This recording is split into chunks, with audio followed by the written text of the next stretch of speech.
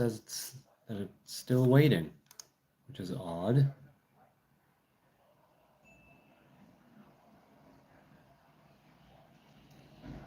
Okay. It's been almost 2 minutes, but I'm still not appearing here. I'm trying to refresh again. Let's see, maybe it's just a glitch. Maybe it's YouTube glitching. Maybe it's me glitching. Ah, here I am. I'm still not appearing. Okay, cool. It's the Nazarite, bringing you Hebrew lore from days of yore, and apparently I am live now. So, okay, that's fine. Waiting on a second. My wife sent me a message. I'm telling her to type because I don't want to listen to the audio here. Hey, Thinking Time is here. Jerry is here. Viewers here. How you doing? How you doing, good people? Okay. I mean, I've been live for 2.5 minutes, but YouTube was sending me mixed signals here on whether or not I was actually live. So it's all good. People are here. I'm here. Cool. So Israel, kids, family. First of all, yes. My wife texted me. First of all, Israel is the only. Let's read it from the AI. Israel is the only country in the developed Western world with a fertility rate above the replacement level of 2.1 children per woman. While most Western-aligned nations struggle with declining birth rates ranging from 1.2 to 1.8, Israel maintains a robust fertility rate of about 2.9.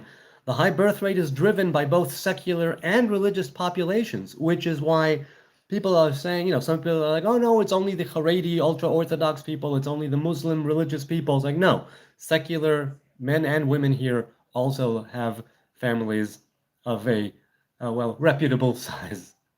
It is largely supported by cultural values and strong community and family structures. Yes, and this goes back to the Torah, right? Moses repeatedly tells the children of Israel, you will tell your sons, you will tell your daughters, they will carry it on. This is not just a specific thing in this place and this time. This is a legacy that we're building. This has to do with passing things on, the Torah and the commandments from parents to children and so on. Israel and the Torah are very family oriented.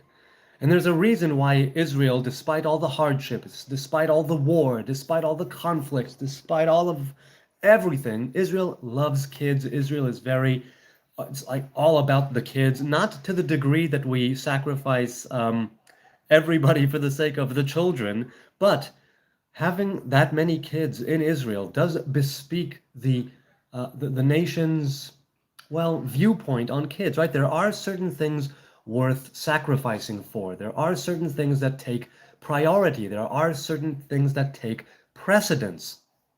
I don't precisely know why all of the other Western countries have a declining birth rate.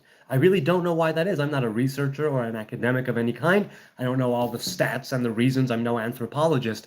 But I do know one thing about Israel, and that is that family is at the center of the culture, be it because of the Sabbath and the holidays, Muslim, Christian, and Jewish alike.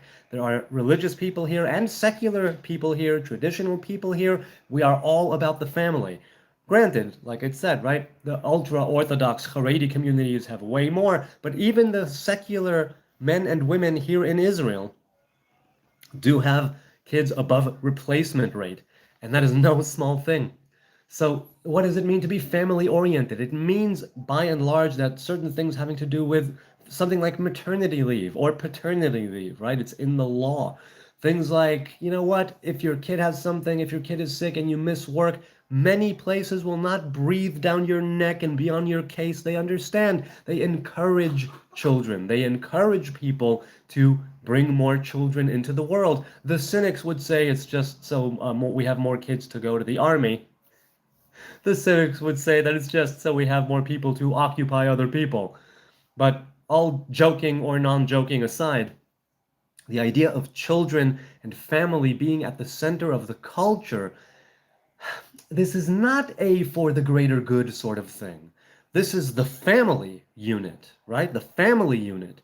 And of course, it used to be much more, right? Villages and small towns, it used to be a more tribal thing. But even insofar as the small family unit is concerned, Israel, its government, the establishment, the state, right, the structure that has been built here, it places a great deal of importance on the family, on the next generation, right? Oh, what about the children? The children are the future. It's like, yes, that's actually technically true, practically true. Children are the future. It really, really is. And this is something worth fighting for. This is something worth giving for. This is something that's worth some amount of money being taken out of my paycheck in order to give to those who don't, right? And that's the socialist element, one of the socialist elements in the state of Israel, right? In the government, in the structure. And oh, and by the way, many people will, I'm sure, make the joke that Israel is full of pedophiles. That's not the type of child loving that I mean. But regardless of those who would accuse and make jokes, the idea of putting kids not at the center, because they're still kids, right? But to place them not on a pedestal, but to understand the importance of family, to understand the importance of having children, to have the Torah, right? And the way that the state governs and runs itself, to have it be emphasis, to have that emphasis on family. And yes, bring more kids. Yes, grow them, and raise them. It's like make them into people who contribute to society, make them into men and women of the future. I don't quite understand why the birth rate is in such a decline, all in different countries all over the world. Israel, I think, is not that special in that sense, and yet it is, statistically speaking, the anomaly. Okay, let's go to the chat. Jim Jones is here. Andre People is here. Teddy is here. Leonardo is here. Eza is here. James Chip CHP is here. Warlax is back. I think you were here yesterday or the day before. The Great Noticer is here. Gordo Baby is here. He's back again. G59 Observer. I don't know if you were here before, but hi, hello to you all.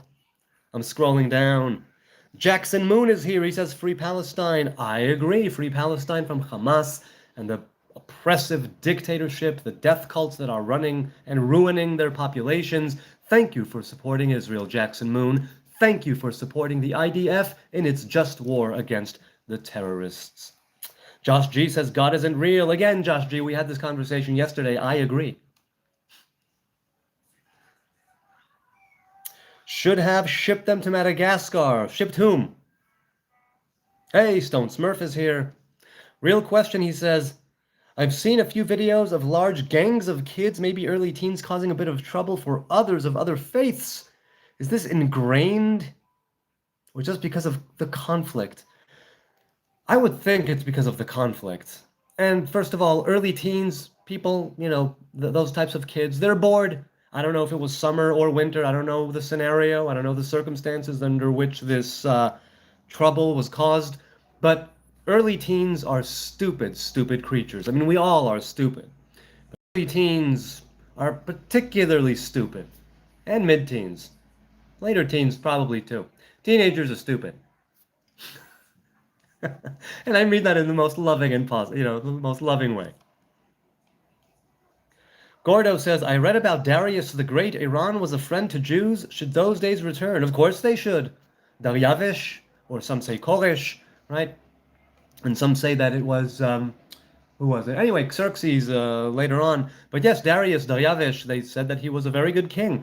Should those days return? Yes, there should be, peace and love and understanding and embracing each other between all nations, not just Iran or Persia and Israel, that's for sure. Madagascar Plan 1937 would have avoided every Middle Eastern conflict those days. Andre Z. People. I don't recall if Madagascar was in the cards. I know that people were talking about the Soviet Union, Uganda, Kimberley, Australia. Madagascar, I don't recall. I don't recall if that was a thing. If that was a thing, for the very same reason that the modern day Zionist enterprise rejected Uganda, Kimberley, Australia, and others in the Soviet Union, right? We were offered a place in the Soviet Union for the very same reason, right? Zion is our home. Those other places are not our home. Zionism, modern-day Zionism, and biblical Zionism seeks to return to our ancestral home. That's the deal. Let's continue. Madagascar Conference, Paris, 1937, check. Well, I'm not going to do that right now, but okay, I'll do that. Laconian philosopher says Byzantium. What about Byzantium? What about the Byzantines? Denzel says, free your mother. My mother's pretty free, I gotta tell you. Duncan Bridgens says, wow. Yes, indeed, Duncan. How you doing? How are you all doing? This is so much fun. Listen, I just took a dookie. 47 Indigo says, all right, don't forget to wipe. Don't forget to flush. Don't forget to freshen yourself and the room. And Dookie is one of my favorite Green Day albums, truly. Eddie says, are you a communist? No, I'm not a communist. Big Al was here last night. Yes, you were. It's nice to see you again, man. Do you not respect indigenous cultures? Fund the continent of the Americas. Not respect indigenous cultures? What do you mean by respect? I don't not respect indigenous cultures. Do I respect indigenous cultures from the continent of the Americas? I don't think I've ever been in any position where I would show them respect or disrespect. But from the onset, yes, I do respect indigenous cultures and most other cultures, even if they're not indigenous, in the sense of live and let live. That's like minimal respect, right? You play games? No, Lucas, I don't really play games. I mean, occasionally I'll play a board game with my kids. I like playing cards with my kids, but I'm not a gamer of any kind, no. Scooby Dog says, fucking hell, mate, sort it out, bro. Get in the shower. I actually just showered an hour ago, so don't know what to tell you. What do I need to sort out in the shower? Please tell me. Stone Smurf says, we have a TV sitcom over here in the UK called Friday Night Dinner. It's based on a Jewish family that comes together for Friday night dinner. Is this a Jewish thing? Oh, no, it is. Shabbos, right, starts at Friday sundown.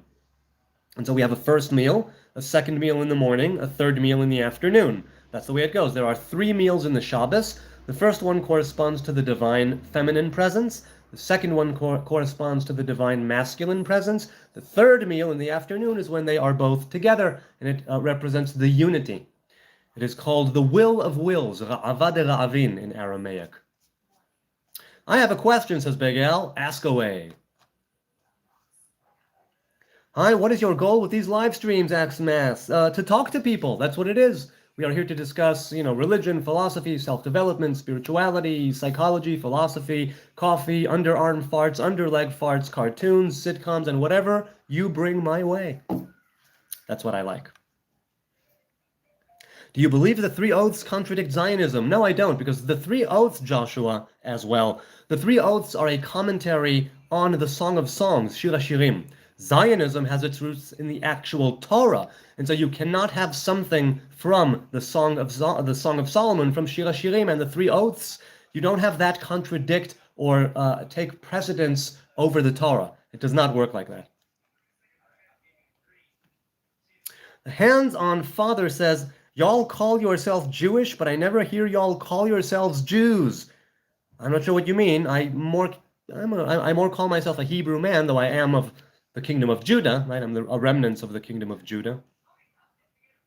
Eddie says, do you have your own space later, or do you have to share? By later, do you mean laser? I don't have space later or space laser. That's not me. Over 5,000 gods, which one is real? None of them is real. That's it.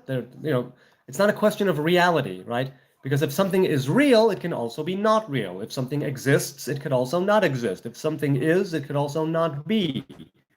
So God is none of those things. Yet God is revealed in being, is revealed in reality. But that's not God, that's revelations of God. The hands-on father says, F Israel. Yes, indeed, F them. F them nice and long and hard. Have Israel reach multiple orgasms and the heights of pleasure. Yeah. Thoughts on Earth, that it's a planet, third one from Sol, our sun, and it's hurtling through space at unimaginable speeds, revolving around a nuclear explosion along with the other planets. It's pretty freaky, right? This organic spaceship Earth that we're on. Ashkenazi Jews are Euros. No, Richard, they are Jews from Judea who were kicked out into Europe and then made their way back to Judea, back to the kingdom of Judah, or the land that was the kingdom of Judah. Stan says, but you should look at things from multiple angles. Okay, Stan, I try to, and I do manage to do that in some point, in some things at some points. Ed Z says, hi from Australia. Hello. Parida Samurai says, Molech, what about him? The Hebrews have not worshipped Molech in about 2,000 years. What does the Jewish tradition teach about ego and narcissism, asks Hamez. How can a man be more humble? By practicing humility. That's literally it. It's something that is acquired. Maybe some people have it more ingrained genetically in their DNA, but ego is something that has, let's put it this way, our sages said that a person should have 1/60th of pride. 1/60th. Because you should have some boundaries, you should know where to put your foot down and what hills to die on, and you should know who you are and what you're doing, and not take shit from anybody just for the sake of humbling yourself, but to give things their proper time and place, and that means sometimes putting your ego aside. As for narcissism, that's this sort of self-absorbed thing. The Rebbe of Kotsk said it best. The Rebbe of Kotsk, who lived a few hundred years ago, he said each person should carry 2 small notes in each pocket. The first note says, the world was created for me. And the second one says, and I am but dust and ashes. Those 2 things are what give you humility. They are what keep your head in the clouds and your feet firmly on the ground, right? The world, you should walk around thinking the world was created for you, just as Adam and Eve, let's say, were unique among humanity, or the hominids or the humanoids in Eden. In the very same way, that is you. That is me. And yet we are all just dust and ashes. Right? Shadows and dust, Maximus. So having those 2 things at the same time in your brain, in your life, in your conduct, in your speech, it can really help to give you a wider perspective and yet keep you very, very humble and very grounded. Let's continue. Do you support Netanyahu? CMS says, no, I do not. RK says, that's fucking wild. What's fucking wild, man? Mr. California says, Jews aren't black, Afro, or white. Yes, they are all of those things because conversion is a thing. They are light brown. Yes, maybe. I've seen white, light, dark. I've seen all kinds of Hebrews here in Israel and abroad. Big Al says, my question was, these places that people go pay to do you see that as a form of suicide? What? Oh, to die. First of all, it is a form of suicide because it is you electing to end your own life of your own accord on your own terms. That's literally you killing yourself, even if it's somebody else doing it. I'm thinking that's along those lines. However, there is such a precedent in the Bible, not of you killing yourself, but of telling. First of all, there is that. There is definitely a precedent in the Bible of people committing suicide themselves. And there is also King Saul, very famously, when he thought that the Philistines might get him, told his squire to take out his sword and kill him. So there is that precedent in the Bible. There are times when it is better to die, and this is rabbinic law, than actually continue living. That is, if you are told to worship a foreign god, or incest, like family sexual relations, is not allowed either, and murder. Those are 3 things that you are supposed to die rather than commit and perform and carry those 3 things out. So yeah. What do you think about the third eye? So in the 10 Sfirot, in the in the Kabbalistic tree of life, we have the left hemisphere, the right hemisphere, and we have that which brings them together. Now, in the actual brain, you have the bridge that bridges the 2 hemispheres, but spiritually or esoterically speaking, you have that third eye over here, right? Right, corresponding, I think, to what, the pineal gland, or I might be mistaken. The point is, that which brings things together, da'at, right, which is there and not there. Because we know that there are 10 sfirot, 10 and not 9, 10 and not 11. The idea of that third eye that can be the bridge between the higher you and the lower you, that definitely exists. Pineal gland, right, exactly. Many wicked things, says Daily with Brissa, come from the flesh. Religion is not evil. Evil comes from the law of the flesh, which is complete opposite of the law of Yah his spiritual law? Well, I'll tell you, religion, insofar as the Hebrew faith is concerned, yes, it's the spiritual. Yes, there's the esoteric. Yes, there's the higher Torah. And there's also the to earth, nasty, stanky, funky reality in which these commandments are physically carried out. And so it's bridging those two things together that make the Torah what it is. And I believe that many religions do act the same way, where they take the spiritual and the physical and try to bring them together. The spiritual being that unique, pure, clean connection, and the physical being, how do you manifest this in the world? And how do you cultivate that connection? And how do you make it grow? And how do you expand your consciousness and your awareness? And how do you become a good person? So wicked things come from the flesh, yes. Religion is not evil, I agree. There is the capacity for evil, the potential for evil, the potential for being majorly corrupted. Many religious people do exactly that, all the while thinking that they are virtuous, that they are righteous, that they are acting properly and adequately and doing God's will. It's very, very difficult to piece these things together or take them apart because of the different religions, because of the people, because was it Hitchens, right? For somebody good to do something evil, it takes religion, that sort of thing. So I understand where you're coming from, Brisa, but I don't think the law of the flesh is completely opposite of the law of Yah, at least not according to Torah. At least not according to Torah. When you say evil comes from the law of the flesh, I don't quite know what you mean. I don't quite know what you mean. LCF, have you ever done psychedelics? Yes, I have, and I'm a fan. I do it very, very sporadically. And people, set and setting, harm reduction, test your drugs, right? Be they organic or be they synthetic. Respect the substance, respect your mind, respect the body, do everything in your power. Integrate after the experience. Take time, days, weeks, months to integrate what you have learned. Okay. You remind me of the reggae singer Matisyahu. Gordo says, have you heard of him? Yes, I have. And I listened to him in the beginning, and then I tuned out. Not because anything's wrong with his music, just because it spoke to me less. Are most Israelis against Netanyahu, undead starfish? Well, from the people who voted, people have voted him in all the time for the past, 12, 14 years. So we will have to see in the next election. I, incidentally, will be voting in the next election after not voting for over 20 years or just about 20 years because he needs to go. He needs to go. Really. Bro, quick, there's a penny outside my house. Come get it fast, Doogie says. Doogie Hauser, MD. Hang on, I'll be right back. Have you read Isaiah 53, Love Thy Lord God? Yes, I have. It has nothing to do with Jesus, Mr. Christian Jesus follower man. Not to me, anyway. Not a single thing to do with Jesus. This is something I don't understand. All these Jesus followers and Christian people, have you read Isaiah 53? It's all about Jesus. It's like, do you know who actually put Isaiah and the prophecies of Isaiah into a book that we were not commanded to write down? 'Twas the sages of after the Second Temple era. And if it was clearly, so evidently about Jesus, do you think they would have actually put it in the Hebrew Bible? Do you think they would have? They left so many other books out. They left so many other prophets out. They left so many other prophecies by the prophets who did make it into the Bible out. They kept very specific things. They discerned a great deal, and they canonized it as the Hebrew Bible, even though there was no such commandment. And then come people who say, it's all about Jesus. It's the forbidden chapter in the Bible. The rabbis, the sages were the ones who put it in the Bible.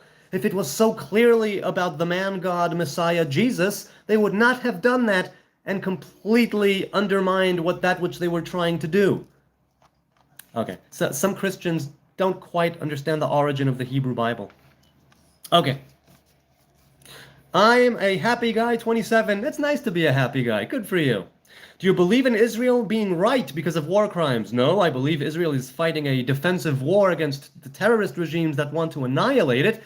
If there are individual people or leaders, commanders or politicians that are indeed carrying out war crimes, they should be brought to justice, put on trial, and sent to prison for their crimes. But that is not why Israel is right. Israel is right because it's fighting a war of self-defense against terrorist leadership that wants to annihilate it and slaughter every last man, woman, and child in Israel. Islam, not the way of life, says Dennis Smoolery. Well, I don't know much about Islam. Once there is peace in the region, I will devote some attention to the Quran, the Hadith, the teachings of Muhammad. Until then, it would be tainted, too far tainted, by war, malevolence, terrorism, bloodshed, and all of the gook that goes on here in this little slice of land. Manny be chillin'. What's up, guys? Hey, I'm chillin' too. I'm here with a cup of coffee in Jerusalem live. It's now 11:26 a.m. And I'm so very thankful that you're here. Baruch atah Adonai Eloheinu melech haolam she'akol niyeh b'dvaro. Oh yeah. Okay, scrolling down in the chat. Y'all got to fight with us on draft day. What do you mean, Leon? I don't know what you're talking about. Your leadership is keeping the war going. Well, actually, you're mistaken. Now, maybe in some cases you're right, but Israel has offered peace in agreements over 10 times. The Palestinians rejected it. Israel has receded from Gaza, receded from Lebanon, gave back Sinai, gave back the Temple Mount to Jordan. Israel has shown over the years that it clearly wants to make peace with its neighbors, but the Palestinian leadership does not want peace. They do not want a state for their people. They just want Israel not to exist. They want the Jews not to have a state. So when that is your agenda, there is no actual partner there. The Palestinian leadership was offered Gaza and the West Bank of the Jordan and East Jerusalem as a capital, and they rejected it once, twice, maybe even 3 times. And so if you're saying my leadership is keeping the war going, it's only because the Palestinian leadership, the warmongering death cults of Hamas, Fatah, the Tanzim, the Al-Aqsa Brigade, and the Palestinian Authority, they want to continue the war in order to annihilate Israel. No other nation on the face of the earth would stand and just say, oh yeah, okay, sure, I'll just bend over, okay, yeah. Those peace agreements have not even completed. The Lebanese, are trying to stop the war. Really, if Lebanon wanted to stop the war, then they would get rid of Hezbollah and take them out of their own parliament. Lebanon, for their own reasons, I'm not judging, Lebanon is not doing enough. The administration, the leadership in Lebanon is not doing enough to quell the threat of Hezbollah. And Hezbollah is threatening not only Israel's northern borders, Hezbollah is all over southern Lebanon. And so if Lebanon wants to truly go back to its days of glory and have another golden age, and I believe that they do, they need to rid themselves of the cancer that is Hezbollah. They need to rid themselves of that element of terrorism that is inside of them and in their very parliament, and then Israel will not need to go into Lebanon. And then maybe we can even talk about the Golan Heights. But so far, as far as, Syria being a threat, Lebanon being a threat, the Golan Heights were necessary. The IDF being there was necessary. I served on the border with Syria and Lebanon on a couple of different occasions myself. Yes, it is very necessary. And if there was peace and if we could actually get along, then we can talk. Let's see. They're trying to stop the war, not to keep the war going. Okay, if Lebanon does not want to keep the war going, neither does Israel. But they need to take care of the threat inside of them, of Hezbollah. Let's continue. What do you do to pay your bills, homie? I'm a writer, Cody Henderson. That's what I do. I'm a writer. I'm a screenwriter by trade, though I don't do that day to day. I'm a copywriter, blogger, editor, content creator, and I'm a marketing writer, basically, by and large. That's what I do. A man of words. What do you do, Cody, to pay your bills? The terror began with Zionism occupied Palestine in 1947. Bullshit, Sim Yusuf. Wrong. If you look at 1836, you will see that in the early 1900s, Arab Muslims were attacking Jews here way before the modern-day Zionism reared its head in the middle of the 19th century, way before the Balfour Declaration, way before World War I or II, way before the establishment of the State of Israel. You're full of shit. You don't know any history if you think that this started in 1947. And even if we say it started in 1947, the UN had a plan to partition the land because both people have an indigenous claim to the land. Israel said yes, the Palestinians said no. So whose fault is that? I think we have an answer. Okay. Hybrid says, do you consider that the settlers in the West Bank are in the right in what they are doing? If they are in a legal settlement, that was legal to begin with, yes. If they occupied, stole, or took over a place and made it a makeshift settlement illegally and only then passed the laws to make it legal, that is not kosher. Those should be dismantled. Even if they have a strategic and security advantage, it is not the way. You don't get to steal someone's home and then pass the law to make it right. That's not kosher. That's not proper Zionism, in my opinion. Especially if these people are engaging in violence unprovoked, if these people are taking things that are not theirs, and that they have no right to. But as for legal settlements in the West Bank or any other place in Israel, if it's legal, I'm on board. But only if it's legal to begin with, and not if it was made legal after the fact. That is not cool. Now, I'm not a legislator, and I don't know precisely what goes on. I just know that such things do go on. That I will stand beside you and say, that is wrong, don't do that, it's not kosher, give it back. Gordo says, do you like Netanyahu? No, I don't. He does a good job and sacrificed his image for his people. Again, I'm not a fan of his. I think he should have stepped down a long time ago. Now, I don't even know right now who is going to be the candidate who might replace him, the party, their platform. I'll look into that in August as the date for elections draws nearer. And then we'll see, because I haven't voted in 20 years or so. So we'll see. Adzi says, Muslims shot those Jews in Bondi. It was putrid. You never see Jewish lead mass shootings or rapes, for that matter, filmed on GoPro. Why? Yes, that's correct. Maybe someone in the chat can tell you why. Simple string and clothes Chuck rocks. What? Chill out 203? What are you talking about, man? Are your thoughts on queers for Palestine, Michael says. I think it's a bit of a contradictory thing. I understand those who consider themselves oppressed. I understand those who consider themselves to have been persecuted, to be on the side of whom they consider to be the victims and the oppressed and the persecuted. So over there I can see the correlation. That's where it begins and ends. Oh, we are victims, they are victims, but that's it. There's no correlation between the values that Palestinians hold, and I'm talking by and large, right, making a broad generalization here. There is no correlation between queer theory and the Quran. There is no correlation between queer theory, right, or practice for that matter, and Hamas. None whatsoever. And would the queers for Palestine folk who are indeed out there queer and, proud of it, if they would go there, they would be killed in an instant, chucked off of roofs, hacked into pieces, and sent all over as a warning. You know what I'm saying? Glory to Ukraine, says Dennis Green. I don't know what's going on right now with the war with Russia and Ukraine. It seems that Putin is just interested in gaining more territory and restoring part of the glory of the former Soviet Union. I don't know what's up with that. I really, really don't.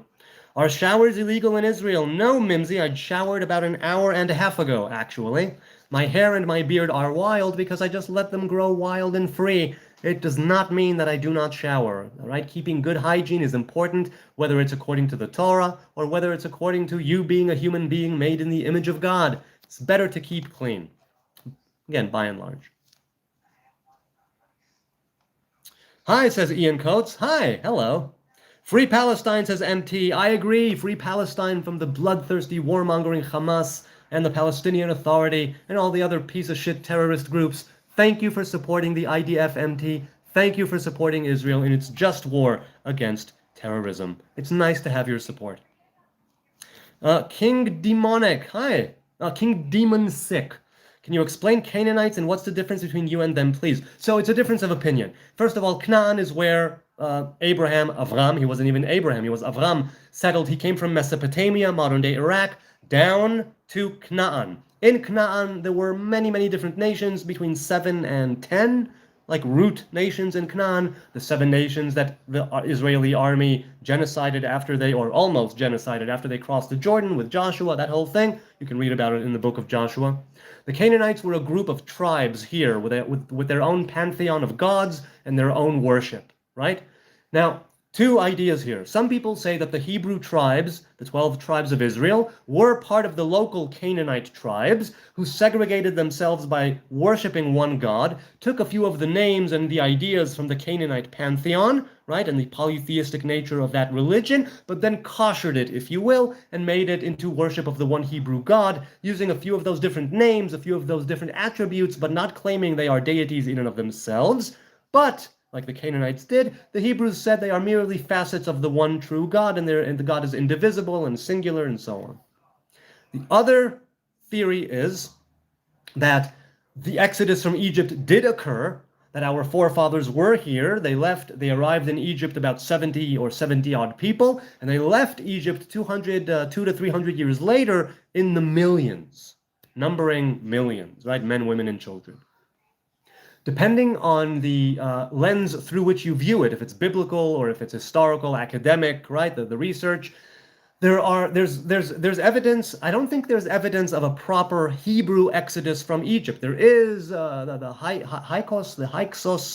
Hyksos people, who some people attribute the Hebrew people to being, but that's not exactly right. It doesn't align with the biblical story. The biblical story, they say, researchers say, was just made up in order to have the tribes here band together, and so they came up with a story of bondage and redemption in order to keep the group together.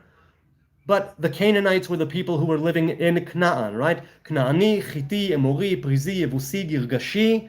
Who was the seventh? Chivi. Did I say Chivi? Anyway, 7 nations who were here.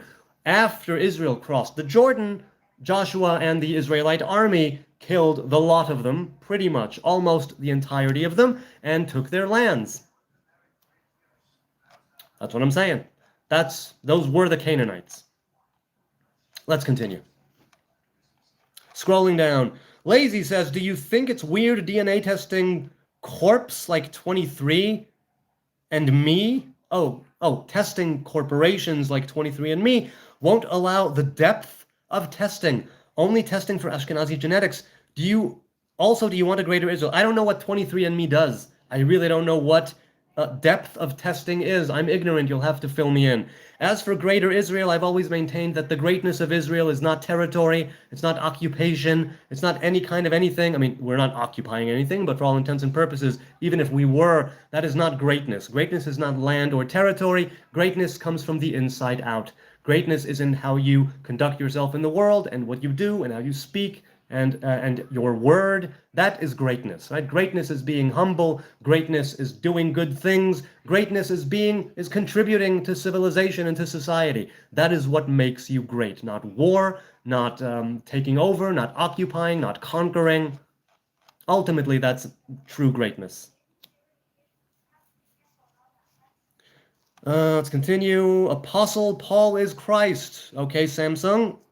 Christians might disagree with you because I don't think that Paul was ever anointed. That's what literally Christ means, anointed one. Okay. Inui says you are wanted on the FBI website. You know, I doubt that because that's the Federal Bureau of Investigations, and I'm here in Israel. I have an American passport, but I've never lived in the States. And I don't think I've ever committed any crimes in the States. Maybe I jaywalked once or twice when I was there. You think the FBI, do you think the feds will come at me for that? So I don't think I'm on the FBI website. Now, if you're talking about Interpol, well, that's international. So you can say you're on the 10 most wanted list of the Interpol. That I might buy, for whatever reason. I'm not religious or Jewish, but I love how insightful Jewish peeps and rabbis are, says MB. I mean, people have their moments. Some things are said that are not, but yeah, there are some pretty glorious insights. Jaywalker, we got him. That's correct, Bodacious. Good to see you again. Ahmad says, free Palestine from Israel committing war crimes. Aw, Ahmad. Did I hurt your feelings? Is it sad for you to hear the truth that Hamas is putting the population in front as human shields, using them as cannon fodder, placing their munitions depots and weapons caches and their training facilities, their combatants in mosques and schools and homes and hospitals, private residences, underground tunnels that go underneath these locations and establishments to maximize the civilian casualties so idiots like you will support them? Did I hurt your feelings just now? Now, as I said, Israel is not committing war crimes. If there are individual pieces of crap that are, I will stand beside you and say they should go to trial and be brought to justice. But to simply cry, Israel is committing war crimes, you have nothing to back that up with. Not even a thing. Not even a thing. You know who is committing war crimes? Crimes against humanity, atrocities, rape, murder, kidnapping. Why, it's your Hamas freedom fighter buddies. That's who. So Hamas should lay down their arms, surrender, accept their inevitable defeat, and then New leadership can come into Gaza that is not radical Islam warmongering death cult like, and we can have an actual partner to discuss peace with, de-radicalize both sides, share some justice, and then peace will follow. You see? You see how this goes? So maybe instead of chanting asinine terrorist sympathizing slogans that you've been spoon-fed by murderers, maybe try using your God-given brain, assuming you have one, yeah, and do some research, some actual research. No, Al Jazeera does not count. Do you think Israel is doing anything wrong in the war, Daniel? Of course they are. This is an army. It'll do things that are wrong. This is a government. It will do things that are wrong. This is dense urban warfare, unlike anything else. Yes, things happen that are wrong. And I have conceded that maybe there are some genocidal, homicidal, psychopathic individuals who would target kids for the sake of targeting kids. That is abhorrent, that is awful, that is terrible, it's reprehensible, it should not be. And those people would be put to death if there was a proper court, but they can spend their lives in prison thinking about what they did, right? And there's no two ways about that. If people are actually targeting children, innocent children, unprovoked for the sake of, not that there's a Hamas person hiding behind the kid and shooting, but somebody who's just, you know what, I feel like killing a Palestinian kid today, boink, that is a horrible piece of crap human being and they belong in prison. So yes, definitely Israel is doing things, every side does things that are wrong in war. Anybody who has seen any combat, anybody who has been in a war zone, anybody who has been in a country that has experienced war recently can tell you that. Because war is awful. It is the epitome of hell. It is terrible. It is human beings fighting each other. It is human beings killing and maiming and ruining lives, more widows, more orphans, more bodies piling up, more destruction of life and property. And these things are awful, and they are happening here and all over the world all the time. For some reason, the world only seems to care about Israel, but that's par for the course. Of course, Israel is doing things that are wrong. But there's a difference between doing things that are wrong, as you know, that are collateral damage that is wrong. There's a difference between the civilian population dying and somebody targeting them, as opposed to Hamas hiding behind them in order for them to die for purposes of religious martyrdom and propaganda. That is what they do. They are very clear about that. They revel in death. They value death more than life. They don't care about their population. They don't care about the civilians that are there, the innocent people that are there. They would sacrifice every last man, woman, and child for their cause. All the while, they're stealing their humanitarian aid money. They're pumping up prices in the black market, taking everything good for themselves, and blaming the Zionist occupying pig dog Israeli colonial settlers on all of it, when they have no shred of evidence whatsoever that that is the case. Furthermore, the original Hamas charter doesn't mention a state of Palestine. Nothing. It mentions getting rid of Israel, but it doesn't mention Palestine. Josh says, do you shower? Chat, would you answer him if I shower or not? Thanks. Do you believe, says Thomas, the violence on either side of this conflict can be justified from a religious or spiritual perspective? Justified? Only after the fact, not from the onset, no. How do you see peace becoming a realistic outcome long term? Getting rid of the terrorist organizations. Getting rid of the terrorist organizations will allow the people that they have been oppressing to breathe and actually figure out what it is that they want. Don't forget, Hamas was elected democratically by the people. Now, maybe they had a sword on their trachea. I do not know. But they were elected democratically in 2006. They have not had elections in Gaza since because it is a death cult and a dictatorship. But they were elected democratically. Okay? So, how do I see peace becoming a realistic outcome? First of all, that it must come. It must come and it will come. I don't know how. It starts with de-radicalization of both sides. De-radicalization here in Israel means that those who are here, it means accepting the fact that maybe Israel has done things that are wrong and trying to make amends and not thinking in a hateful or spiteful or mean way because we're heading towards peace. On the other side, it means the same thing, plus not having terrorists run the government. That's like the basic, that's like the minimum. Do you think Jews are God's chosen people, Anio PW? No, I don't. I think humanity was selected. I think the Hebrew faith was selected. The Jewish people were selected to keep the Torah and the commandments. Other nations were selected for other things, and not one is better than the other.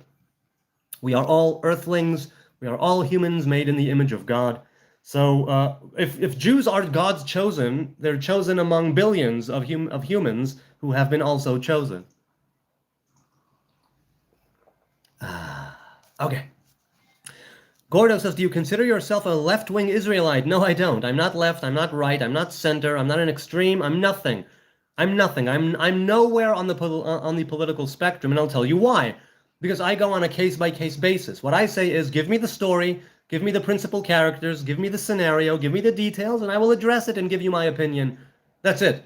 And that changes from one thing to the next. It's very nuanced. I don't come with some sort of a pre-packaged idea of how things ought to be. I don't come with some sort of an agenda on what can be and should be. So I'm not left, right, or center. Let's continue. Justin says, do you believe in a conscience that man has to know right from wrong? Yes, I do believe that's such a thing. There is such a thing as a conscience. I see that as part of the divine revelation and the very life force that is inside the human being. Now, there is a certain percentage of the population that is psychopathic. There is a certain amount of the population that is sociopathic, and these people and the conscience, there's a bit of a misalignment there. But the run-of-the-mill Joe and Joette on the street, yes, they have a conscience. You can choose to ignore it. You can choose to blind it by poking its eyes out, right? You can choose to bury it deep under your feelings of self-righteousness, entitlement, egocentrism, right? You can choose to do all of that. But there is a conscience indeed. It's right, you feel it here. It's in the gut, it's in the solar plexus. Usually that's what it is. OHBHAYVE6078 says, Israel has betrayed the sacrifice of millions of Europeans to commit their own war crimes. I'm sorry, what are you talking about? Since when has Israel betrayed the sacrifice of millions of Europeans?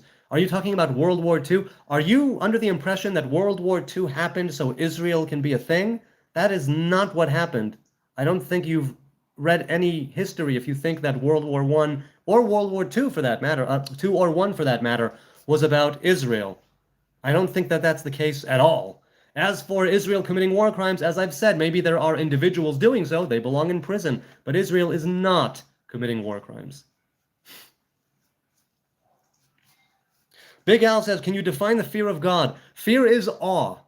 Do you know that feeling when you look up in the night sky, and you're in the desert, and it's all in front of you? That feeling that makes you feel so small but so large at the same time? That's the fear of God in the positive. There are two types of fear in the Hebrew faith, right? There's the lower fear, which is I'm afraid I'll get punished. I'm afraid that, I'm afraid of bad things happening. And there's the higher fear of I'm afraid of letting my father down. I want to make my father proud. That sort of fear, right? And so awe, that is the fear of God. Fear of God, that's what the Torah is about. That's what the commandments are about. That's what the Hebrew covenant is about, that awe of God. And now awe gives you joy. Awe also gives you that feeling of urgency. Awe also can give you that feeling of responsibility, duty, right? Because you understand that you are part of something that is much greater than yourself. So on the one hand, that gives you some comfort because you understand that there are things outside of you. And on the other hand, it gives you that yoke and the burden of responsibility because you understand just how big of a part you are playing in this massive multiverse of multiverses that we inhabit. That is awe. It's understanding your place in the world in light of who you are and what you're doing and what it is that you are up against. But if you're talking about fear of God as fear, it's those two, right? It's the lower fear of I want to behave because I don't want to be punished, and the higher fear of I want to behave because I want to make my father proud, right? That's my spitballing definition. Let's continue. Scrolling down. Have you been to Qumran? I think I maybe once was there as a kid. Have you read the Dead Sea Scrolls a very long time ago, Erica? Eric or Erica? Yes, Eric Grabowski. Yes, I have a very long time ago. My thoughts are that they are awesome. Those are my thoughts. Agent Smith says, no one gave shit to anyone. The British gave that land, not God, you delusional clowns. Oh, really? The British gave it? No, they received a mandate after the Ottoman Empire fell. It wasn't theirs. They had a mandate. They were overseers, right? And so when they left, really, if they didn't give that land, I mean, first of all, God, it's not a question of giving. The land belongs to the Creator. Creation belongs to the Creator. Okay, let's start with that. The second thing is no one gave shit to anyone. Read some history. All of the earth was populated in such ways, right? Of conquering, taking over, victories, battles, wars, conquest, empires, colonialism.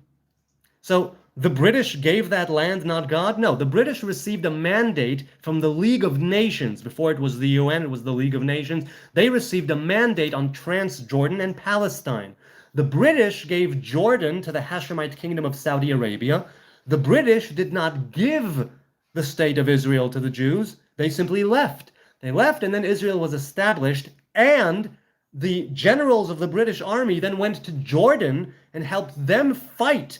It was British generals that led the Jordanian army in 1948 in the War of Israel's independence. So I don't quite know what you're talking about, but okay. Muy Grande, hey, good to see you again, man. Haven't seen you in a while. Hey, brother, did you buy weed when you were in the States? No, I didn't. That would be a crime. Don't answer that. No, I did not. I did not buy weed when I was there. Why were Jews kicked out of so many countries in your opinion? Between 15 and 20, King Kong. In my opinion, because the world doesn't like Jews to begin with, and they will come up with any and every reason to kick them out. And the whole 109, 110 business is just anti-Jewish propaganda that was co-opted by the Nazis. So it's downright Nazi propaganda. It's been 15 to 20, and that's including the Arab Muslim countries that the Jews were actually ethnically cleansed from after the establishment of Israel in 1948. So why? Because Jew hatred is a shape-shifting virus, and people will come up with any reason. You'll have to ask them. Always acting like victims, says Luke. Really? This is a victim? This is history. This isn't victimhood. This is actual history. It's not a question of being a victim. It's a question of saying this happened. Let's not have it happen again. It's as simple as that. Shows how Palestine was existing, Israel wasn't. Israel as a state was not, but there were Israelites and Jews living here for over 3,000 years in an unbroken chain of Jewish presence in the Holy Land. This is not to take away from the fact that there were also non-Jews living here, but Palestine is the word that Rome gave to the region. They called it Syria Palestina, the province of Syria and Palestine, which means that the original Palestinians were the Judeans. And the Palestinians before 1948 were also Jewish. So however you want to look at it, the real Palestinians are Jews. Do you believe demons exist, and do they scare you? I believe demons do exist, not in the Christian sense, more in the Hebrew sense. And do they scare me? No, but I don't screw with them, right? I don't mess with them. I let them do their thing. I don't invoke them. I don't seek them out. I don't want their company. I don't want the pleasure of coming face to face with them. It's enough for them, as far as I'm concerned, to stay in that parallel, unseen reality that is in front of me right now, that coexists and coincides with this one, and let it stay that way, and I will do what I can, following the Torah, following the commandments, in order to cleanse myself, purify myself, and make it so the demonic elements of creation, they like dust in the wind, like smoke in the breeze, like a fart, like a fart in front of a fan. Killer says, so what you're saying is bring the Austrian painter back. Precisely. Someone finally has it. Thank you, Killers G61. Thank you. Professional victim. You don't hear black people cry their slavery is way worse. Jewish man. What are you talking about? Who said anything about slavery? Who said anything about black people? Who said anything? See, now you're just moving the goalposts or erecting some sort of a deformed straw man, Luke W6N, because I really don't understand what you're talking about. This is not about victimhood. This is about the fact that The Jewish people have been persecuted. The Jewish people have been kicked out of places. They have been genocided, actually genocided, right? Not fake genocided like this Palestinian bullshit. And I don't know what you're cried their slavery is way worse. I didn't say it's worse than anything. There have been different Holocausts in the world. There have been different people who've been persecuted in the world. But I am a Hebrew man in the Hebrew land talking on a Hebrew-like thing in this channel. Am I supposed to talk about something that I know nothing about, like the transatlantic slave trade, or what it means to be black in Louisiana 300 years ago? Or, 200 years ago? What is it that I'm supposed to be talking about as far as you're concerned? Some people. Septanos, why have they been kicked out of well over... See, people are so stupid. They actually think that the Jews have been kicked out of over 109 countries.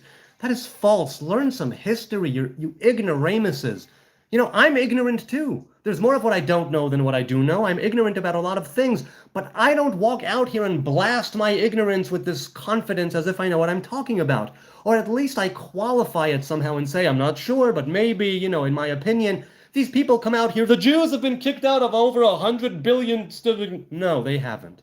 It's between 15 and 20 max. Look it up. Now, have Jews been kicked out of towns, villages, counties, cities, and so on? Yes.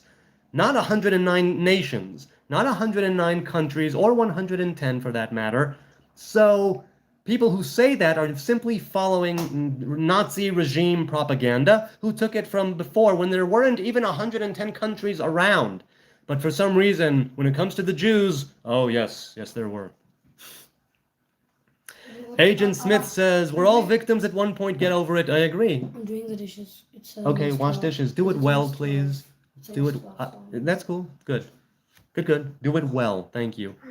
Yes, we all have some state of victimhood at some point in life. What are you going to do about it? There will always be things that are unfair. There will always be things that are unjust, that are not of the justice variety, unjust. There will always be injustice. Things will happen to you that are unjust. And there will always be things that are random, chaotic, right? That's the nature of the world. Right? So it may not be your fault, but it may very well be your responsibility. When was the last time you bathed? Cat lady says. In a bath or a shower? A bath was a while ago. A shower this morning. I want a bath. Yeah, I want a bath too. I love a bath. I love a good bath. I love a good bath. Yeah, of course I remember the duckies. We spent years with them. You're a good guy, says Gordo. I like the way you think. Have a good day. These people think you're just one of the crowd. They simply judge you. That's okay. Everybody's a critic. Everybody can judge. I'm out here to be judged. Inadvertently, of course. I'm here to have conversations. But I'm also here to be judged. If I didn't want to be judged in some way, then I wouldn't put myself out there. I know that putting myself out here live is part and parcel, right? It comes along with some baggage. What do you call your wife? A dishwasher. Very good, very good. Actually, I think I wash more dishes than she does. Yeah, probably. It's Harry Otter says, I'm Hebrew, so I'm right, shalom. Is that you quoting? Who are you quoting there? I've never said such a thing in my life. Was Hamas created by Israel Mossad? No, Hamas is an offshoot of the Muslim Brotherhood, a username that I can't pronounce that starts with an E. It's Greek? It looks Greek, or I'm not sure. Hamas is an offshoot of the Muslim Brotherhood. It was started by Sheikh Ahmed Yassin and Sheikh Abed Al-Aziz Rantisi.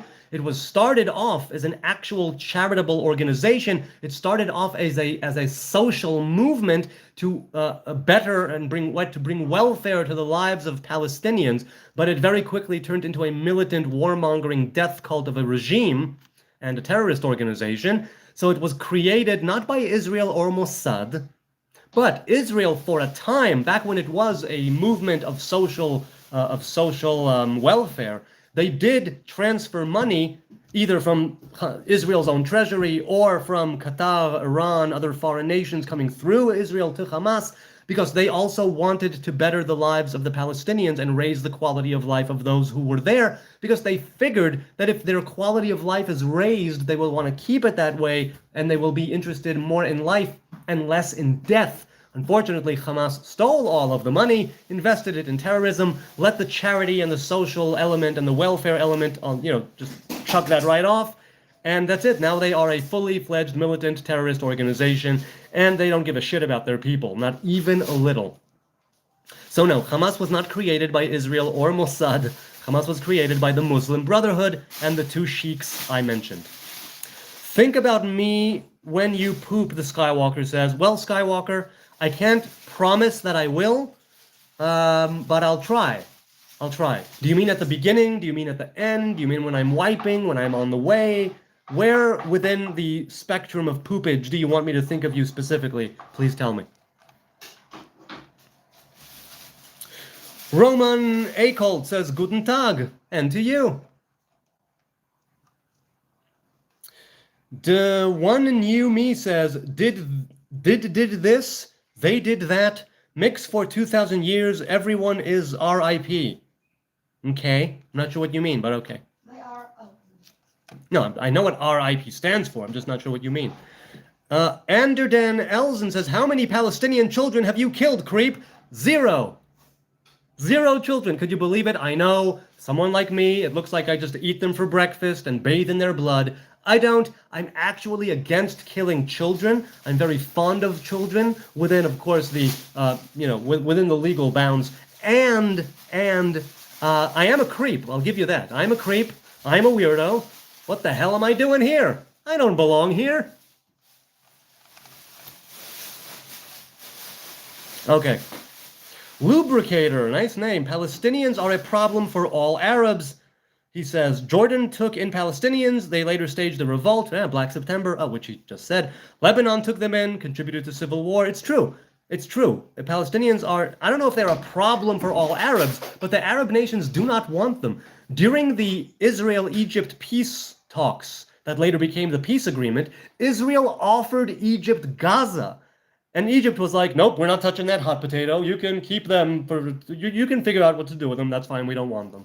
The Arab countries do not want any Palestinians, right? They don't want to move them anywhere. They don't want, they're championing the cause, but they don't really care. They don't really want them. I mean, Jordan ruled the West Bank of the Jordan and East Jerusalem from 1948 till 1967. They could have established a Palestinian state there. They didn't do it. They annexed the land and took them in, like he said. And Egypt ruled Gaza from 1948 till 1967, and they could have established a Palestinian state there. They didn't, because they don't want to. Because that's it. They don't want that. They just want to use the Palestinians as an excuse, but they don't really care. The only one who seems to care, ironically, is Israel. Even as refugees, they don't want them. It's true, and that is awful. It is really awful that because of the warmongering, death cult, terrorist leadership of these people, the innocent men, women, and children in Gaza and the West Bank need to suffer. They would love to have the lives of the Palestinian Arabs, right, and the Palestinian, the Arab Christians, the Arab Muslims that are here, 2 million of them in the state of Israel with full rights, with the same blue ID card that I have. Full rights. Participating in all the spectrum of education, art, medicine, society, legislation, parliament, government. They are everywhere. They are part of what make up this society and part of what make it so great. And the people would love to be not under the thumb of Hamas. But they chose them democratically 20 years ago, and they're paying for it. You're absolutely delusional, says Laurent van Putten. Really? I'm agreeing with you, but not about this. I'm delusional about so many other things. So many. What am I delusional about here? Everything I'm saying here is proven fact. It is actual history, documented and verifiable. And it's very easy for you to sit there and say, you're delusional! Well, can you prove it? Well, no, I can't, but you're delusional. So, you're full of crap. Now, granted, there are things that I'm full of crap about as well, but not this. Also, there are Arab citizens living in Israel, exactly. There are cities in Israel with almost 100% Arab population. These Arabs are full citizens of Israel, with many serve in the... Not many. The Muslims don't. The Christians, some of them do. I've had the pleasure to serve alongside Druze and Christian Arabs, right? And my brothers and sisters in uniform as well, right? Of the tribes. So, yeah, Some of them do serve in the IDF, and it is frowned upon in some cases, terribly frowned upon. What's terribly? What does it mean? It means in a big way. Lazy says their whole shtick is having a claim to the land. Well, take a DNA test. It has nothing to do with DNA. It has to do with people being part of the state of the people of Israel, and that has nothing to do with DNA. It could, but it doesn't have to. Conversion is a thing. And once you convert, you become part of the Hebrew tribes, part of the Israeli people. That's what that is. By Israeli, I don't mean a citizen. I mean part of the tribes of Israel. Do Jews believe a third temple will be built? Yes, Celtic king. Yes, but some of them do, some of them don't. Some say it will come down built from the sky. Some say, no, it will be built, brick by brick, stone by stone. But I don't consider it to be a necessity. I think it might happen. It might not happen, depending on the case. I think that at some point we will be able to take out the middleman, take out the establishments and the buildings and the structures and that act as mediators, and we will be able to go back in Eden. Right? In Eden there were no altars, no priests, no sacrificial offerings, no Jews or Gentiles. Right? It was just humanity, nature, the divine revelation, harmonious.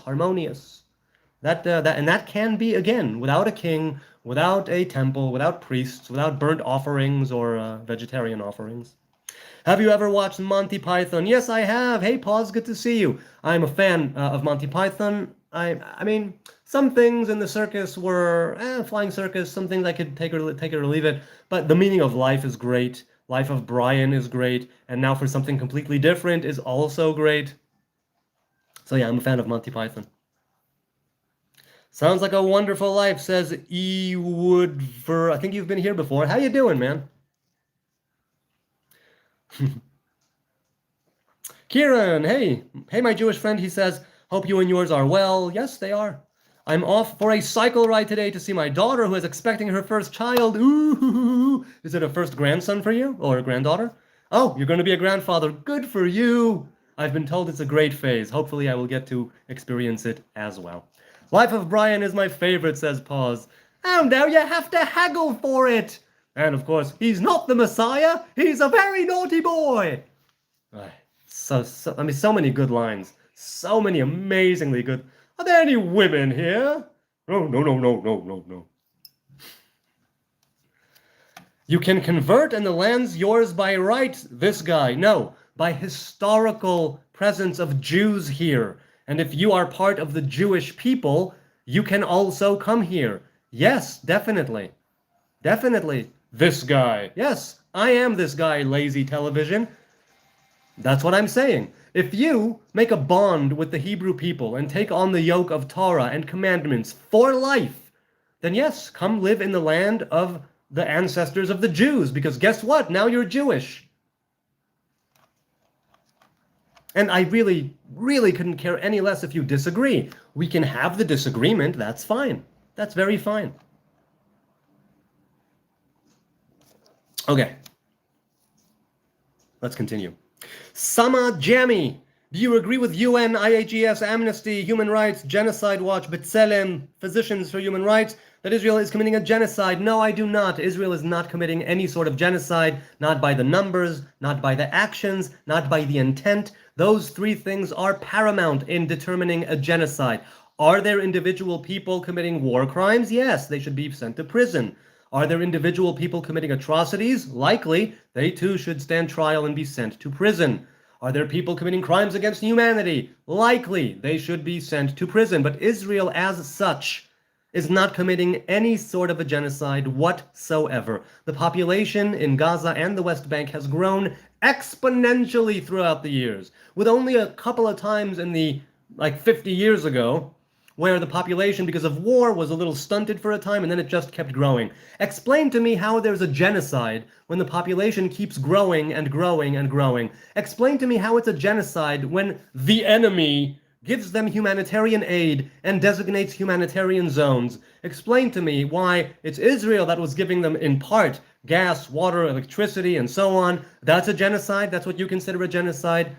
So no, all those organizations, including B'Tselem for that matter, have an anti-Israel bias, an anti-Jewish bias. I don't know what their problem is, But no, there is no ongoing genocide. The only would-be genocide is if Hamas had its way. They wish to slaughter every single one of us indiscriminately. Israel is doing what it can to minimize civilian casualties. Hamas, not so much. So I do not agree, Sama Jammy, not even a little bit.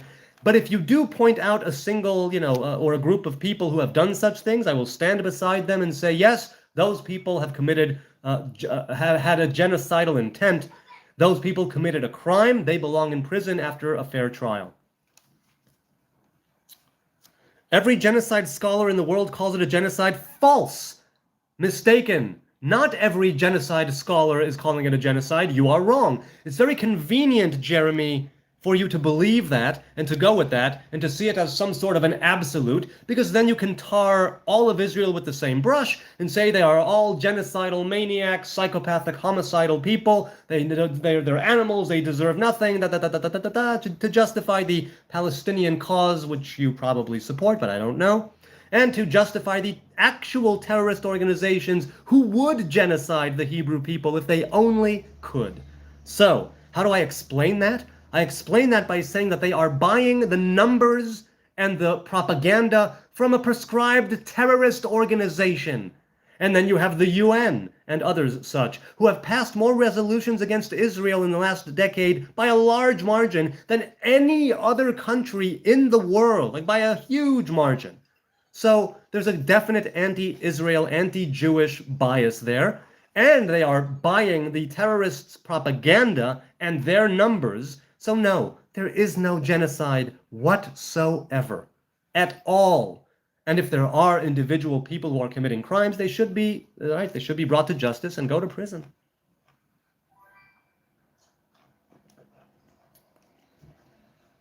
Al Jazeera scholars. Yeah, Vigil, exactly. It's good to see you again. I don't know if I said hello. Lots of spammers here today. That's okay. Continue spamming. I enjoy all the spammers and the haters and the lovers and the trolls and the Nazis and the terrorist sympathizers and the pro-Israel folk. I enjoy the likes and the subs and the views and the chats and the comments. And if I missed you in the chat, please do leave a comment, because I address every comment that is addressed to me that YouTube notifies me of. So please do so, or if you want to hit me up in the DMs, Hebrew Nazarite across the board. On X, TikTok, Facebook, Instagram, look for my tree. I'm always up for some one-on-one if and when I have the time. Let's continue. Israel has been killed more than 72,000 Gazans, and most of them were civilians. How do you justify this? Because their blood is on the hands of Hamas, not Israel. You don't get to start a war, hide behind your civilian population, embed yourself into the civilian infrastructure, and then cry, oh no, the Zionist occupying colonial pig dog ape conquerors, look what they did to our women and children and men. But Hamas, you were the ones who were actually using these women and children and men. Oh, I guess you're right then. Yes, the blood is on their hands, not Israel's hands. Israel, let me remind you once again, withdrew unilaterally from Gaza over 20 years ago in 2005. And if Hamas actually wanted to care for its people, establish a state, turn Gaza into a seaside, beachside paradise, they could have done so. But they chose to destroy the infrastructure that Israel left there for their benefit, to destroy everything there, and to build a terror tunnel underneath Gaza that rivals the London Underground, or is greater than the London Underground, and to use, again, mosques, schools, hospitals, homes, Red Crescent vehicles, UNRWA vehicles, to carry out terrorist attacks against civilian and military targets alike. Because they don't seek peace and prosperity for their people, they seek the utter destruction of Israel. That is it, bar none. That is their goal, that is their objective, it's right there in their charter. Israel exists and will continue to exist until Islam obliterates it. That is what it says there in their original charter. They may have amended it over the years to look good for the European ass, for the useful idiots and other Hamas ass-kissers out there. But that is what they want. If they truly wanted peace and a Palestinian state, they could have done it multiple times. If the Palestinian leadership in the West Bank, right, Yasser Arafat and Abu Mazen, they had every opportunity to establish a Palestinian state. They didn't do it. I wonder why. So how do I justify this? This is the nature of war, ANIOPW. It is the nature of war. If you if you go and say that the victims are the righteous ones, the ones who have more bodies are the righteous ones, the one who had more property destroyed are the righteous ones, then you would be rooting for Nazi Germany in World War II. They had more die and they had more buildings destroyed. That doesn't make you right. That makes you the loser. That's all that does. Now, everybody loses in war. But Israel is not even allowed to achieve a decisive victory because the world, who doesn't give a shit about Palestinians, seems to care so much about Israel not doing anything there. It's the epitome of hypocrisy, the epitome of double talk and double think a la 1984, and it's reprehensible, truly.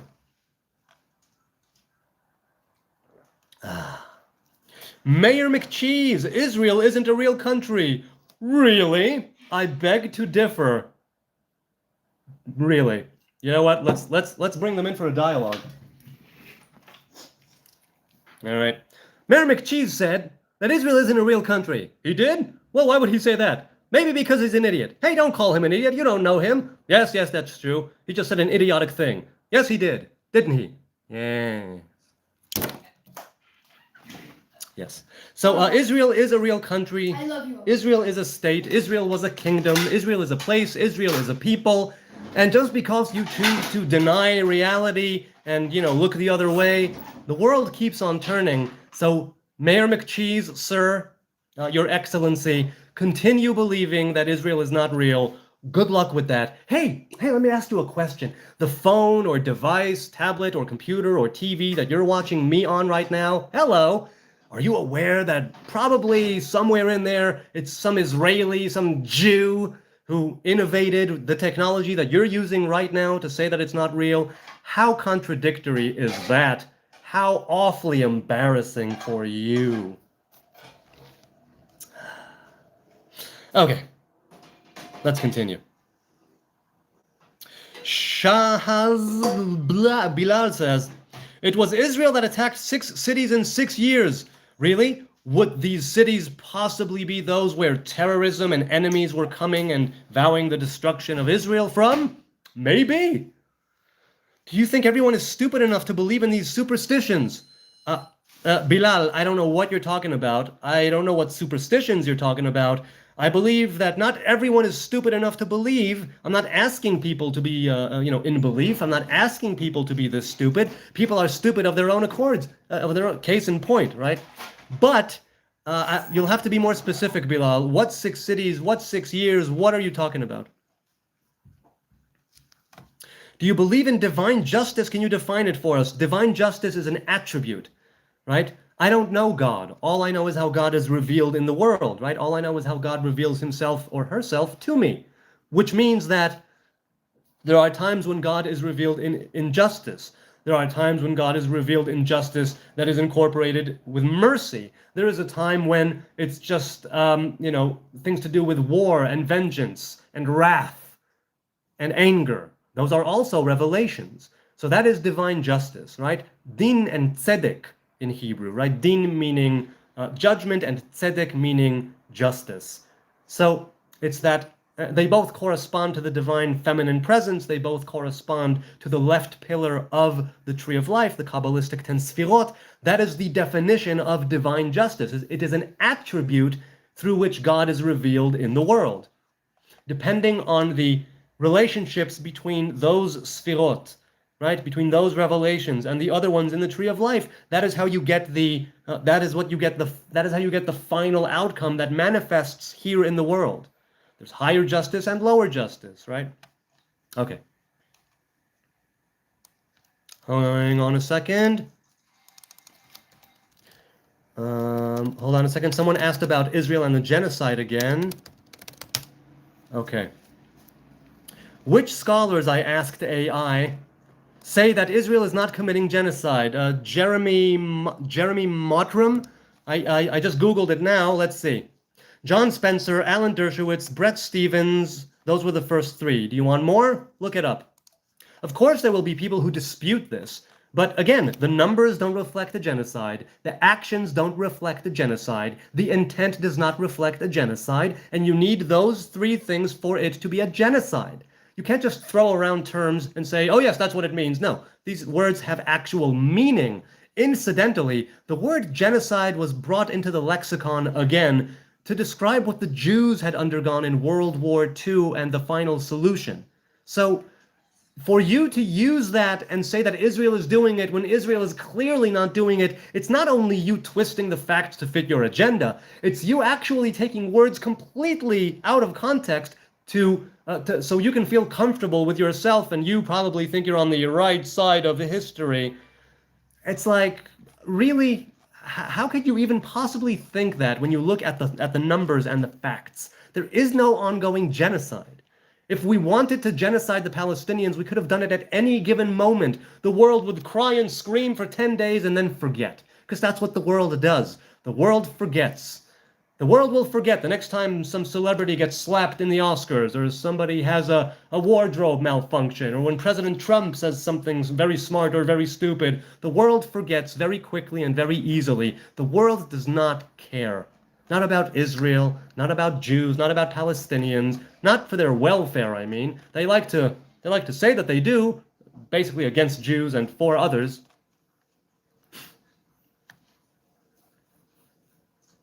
What's the difference between a Judean and an Israelite? Well, a Judean is somebody from the kingdom of Judah. A Judean is somebody who lived in the region of the kingdom of Judah, right? That's a Judean or a member of the tribe of Judah. An Israelite, presumably, is somebody who was one of the 12 tribes of Israel, or somebody who was part of the northern kingdom of Israel after the kingdom split into Judah and Israel. So depending on the context, Judean and Israelite can mean different things. But either way, they are part of the Hebrew people.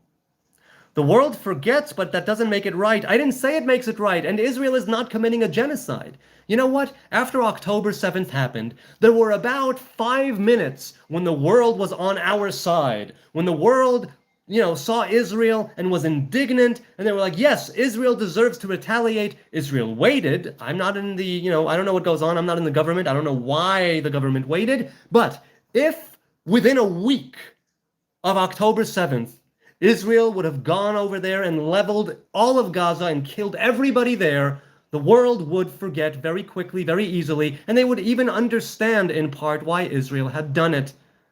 So, yes, that doesn't make it right, but if Israel wanted to genocide the Palestinians, then it would have happened right after that, when the world was on our side for about 5 minutes, and we had the legitimate beef and the legitimate cause to go over there and do it. And we didn't, for whatever reason. I'm not justifying or encouraging genocide, but for reasons unbeknownst to me, Israel and the government decided to tell the army to wait.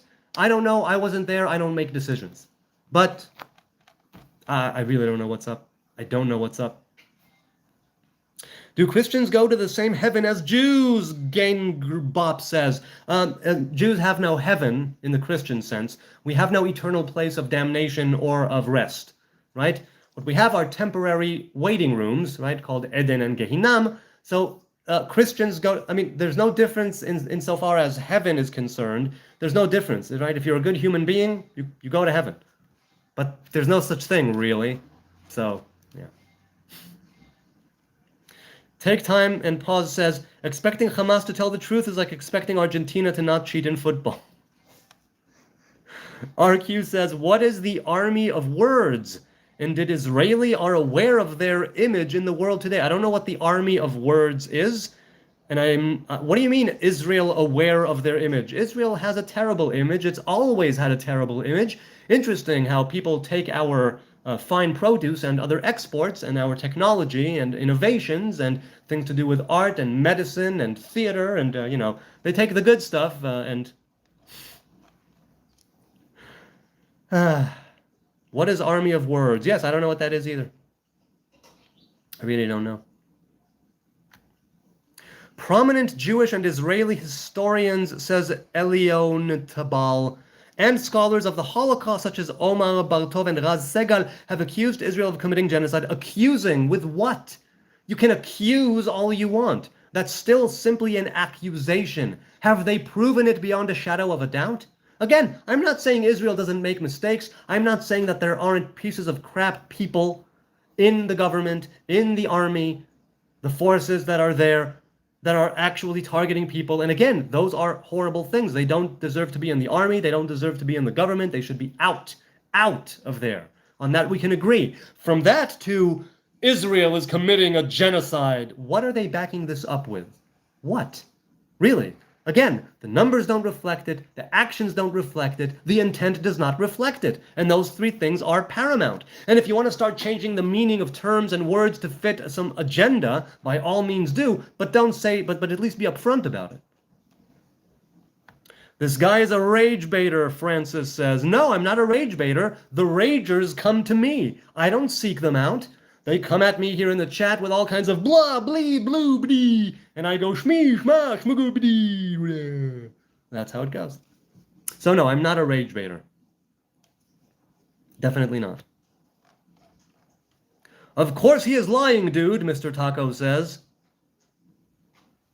Yeah, Mr. Taco, as much as I'm a fan of tacos, with or without a K, no, these are not lies. This is actual fact that you can look up. You can dispute it, of course. You can bring different sources, of course, and cite different things, of course. But there is no consensus. The reason why there is no consensus is because it's not actually happening, and people are bringing all kinds of crap, and numbers from the Hamas and the UN, mind you, that have both a generally anti-Israel stance in order to say, oh yes, look what Israel is doing. I'm sorry, that's not true in the least. I'm a rage baiter, says Big Mac Orange. Hello. It's not... Oh, I'm sorry. Okay. Masha says, my dear friend, some people have an obsession with being anti-Israel. Yes, it is correct. It is correct. Some people have an obsession with Israel and usually being, hating on Israel. They only hate on him because he's a Nazarite. It's old news. He's a nice guy. I'd have flipped. What? J.N. Cardi. No, it's just because I'm Jewish. It has nothing to do with the Nazarite vow, right? I don't think it has anything to do with the Nazarite vow, but if they hate me because I took on a vow, a personal vow that has nothing to do with them, I think that just reveals their own ignorance. Francis says, it's not a genocide on paper, it's an expansion war. Really, expansion? Expansion is why we gave back Sinai to Egypt. Expansion is why we offered East Jerusalem and Gaza and the West Bank to the Palestinians. Expansion is why we receded from Lebanon in the year 2000. Expansion is why we gave the Temple Mount back to Jordan, because we want to expand. Are you insane? Do you know any history? Do you do any slim, tiny amount of research, Francis, before you come out here and spout your asinine, misguided opinions? Do you have any idea what you're talking about? I'd venture to say no. No. Not that I'm saying that I know everything and you don't, but I do know a thing or two about the nature of this conflict and its origins. Let's continue. They cite extensive destruction, mass displacement, explicitly dehumanizing language by Israeli officials. Again, I'm not a fan of dehumanizing language. That's not okay. As for destruction and displacement, this is exactly the type of thing that would make you a rooter for Nazi Germany. Many Germans were displaced after World War II from where the Nazis had conquered and Germans were settled there. They displaced many of them. You don't seem to bitch and moan and complain about that. There was extensive destruction all over Germany, right? Dresden and Berlin. I don't see you bitching and moaning about that either. So, that would be you saying that the Allied forces committed a genocide on Nazi Germany, and so we needed to leave Nazi Germany alone and just let them do their thing because they are poor and innocent victims of the genocidal Allied forces. No. I don't think that you would support Nazi Germany, which is why I think it's completely flipped, right? It's completely just off the wall, batshit crazy that you consider Israel to be committing a genocide when, first of all, as I said, the actions, the intent, and the numbers do not back that up. They don't. They actually don't back up your claim or those scholars or organizations' claim of there being a genocide. Dehumanizing language is the only thing that you and I are in agreement about. There are innocent men and women and children there who are human, just like me, just like you. Presumably you're human and not a bot. They deserve to live with dignity, with respect, to, work a job, provide for their families, and, and live where they live. And that's They deserve that. That's like a basic human thing. Without war, without being oppressed by a death cult that would sacrifice them and does sacrifice all of them. So the dehumanizing language is the only thing that you and I are in agreement about. That is not cool, and that should be taken out, and that is not okay. Other things? No. No, that is the nature of war. Do you know anything about war? Do you? Maybe you don't. Maybe you do. Okay.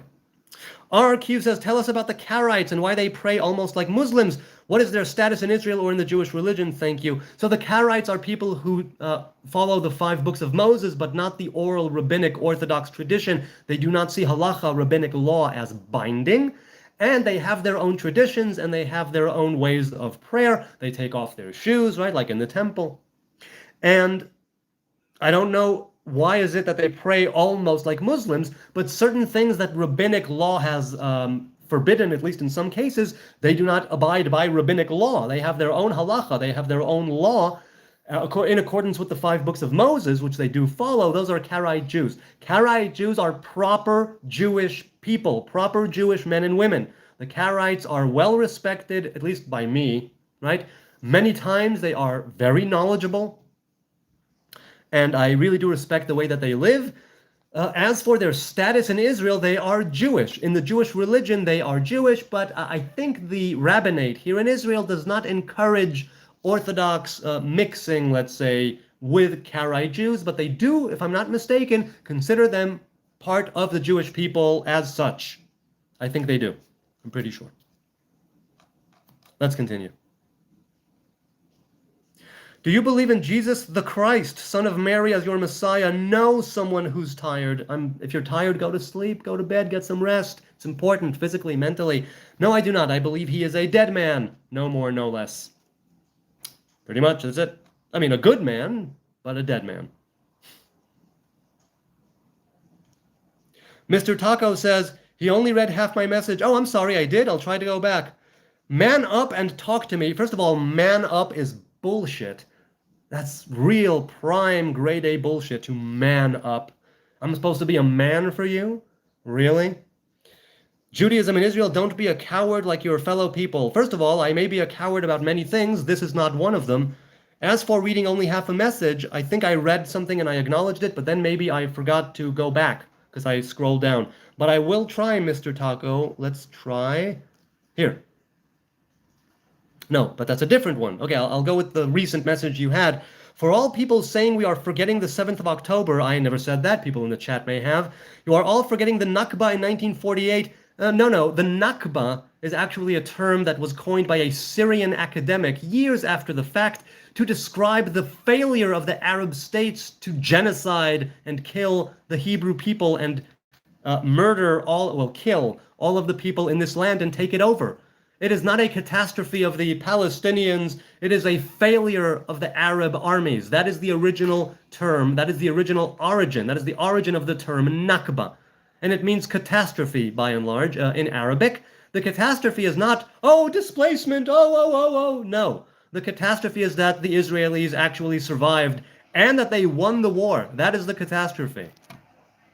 The 6 Days War and a lot more. Ironically, these people speak about history. Yes, you probably don't even know that Nakba, that's what it means, and that's the origin, Mr. Taco. Look, I know you probably consider yourself very knowledgeable and very versed in the history. The fact that you cite the Nakba in 1948 as some sort of a thing or a gotcha or you forget about this, no. The Nakba has nothing to do with displacement. It has nothing to do with the suffering of the poor Palestinian people. It has to do with the fact that Arab armies, 4 or 5 of them, led by, with the Jordanians, led by British generals, failed to kill and annihilate the young Jewish state. That was the Nakba. That was the catastrophe. Anything else is just the direct consequences of war. So once again, you're full of crap and you don't know what you're talking about. Mr. Taco says, your origin is Europe, don't speak about origin. Really? Really? My origin is Europe? Then why am I a Jew? You know that Jews come from Judea? You know that Jews come from the kingdom of Judah? You know the kingdom of Judah was right here where it ruled? Which means that once again, you're full of crap. Now, I know it's very difficult to be faced with actual facts and data and history that doesn't fit your agenda. It burns your penis and scolds your clit, but these are irrefutable facts. There has been a Jewish presence here for over 3,000 years, right? Way before Christianity, way before Islam, way before the Arab expansion from the peninsula outward, way before all of that. And I know, once again, it burns your ass. I'm sorry to be the bearer of bad news, but Jews are a thing. The kingdom of Judah is a thing. The kingdom of Israel is a thing. The first and second temple are a thing. And the modern day state of Israel is a thing. So I'm sorry. It's a fact. You'll have to make your peace with that.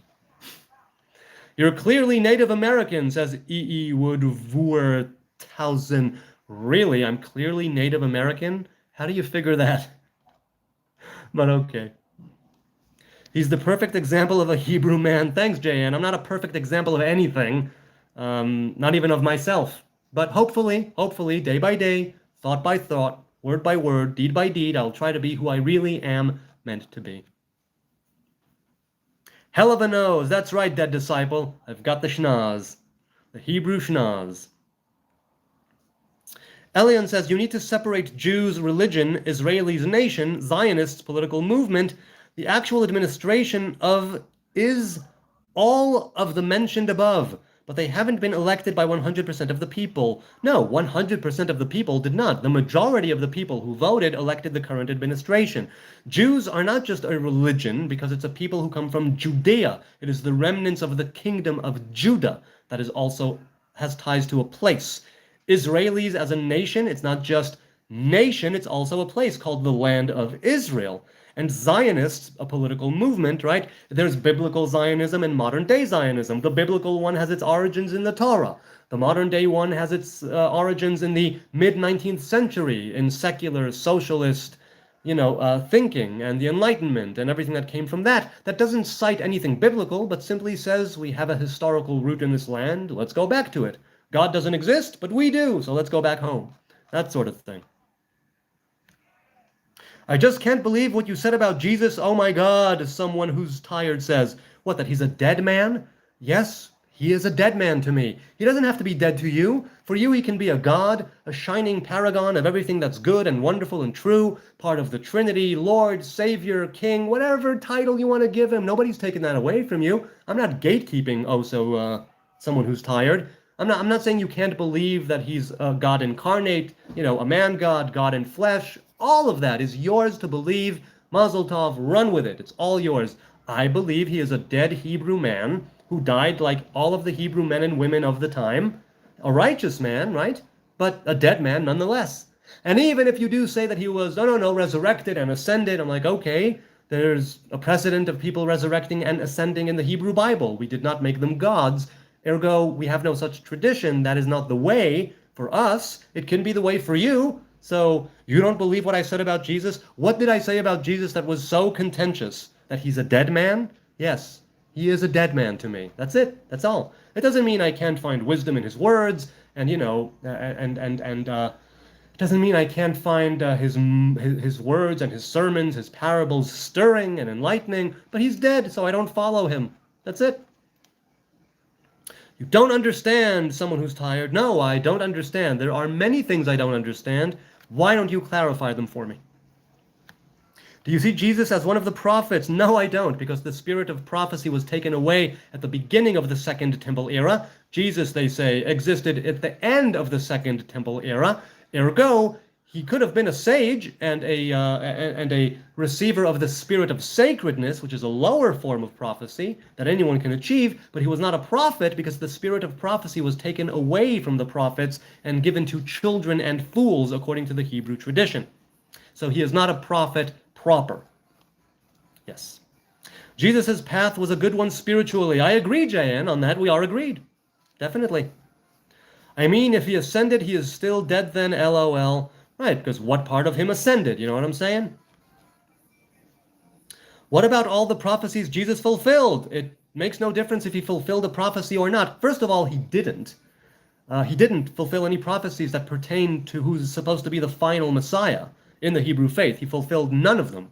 Second of all, I'm fulfilling a prophecy right now, right? The prophecy of Zechariah, that Jerusalem will be filled with men and women and old people, with their walking sticks. I'm fulfilling a prophecy right now. Now, granted, you're saying he fulfilled other ones, and I'm sort of taking the low-hanging fruit of a prophecy, but it's still a prophecy nonetheless. What about the prophecy that I'm fulfilling sitting here right now? I'm fulfilling several prophecies sitting here right now. From things appearing in the Torah to things appearing in the prophets and the writings and the scrolls. I'm fulfilling things across the board of the entirety of the Hebrew Bible by sitting here with my cup of coffee and my kids. Well, one of them now, one of them. Anyway, let's for the sake of argument, raising my kids here in Jerusalem, having been raised here in Jerusalem by my parents, this is literal fulfillment of actual prophecy. I don't claim any kind of outside divinity. I don't claim to be Messiah. I'm not claiming this is what gives me a one-up. No, not in the least. Okay. Let's continue.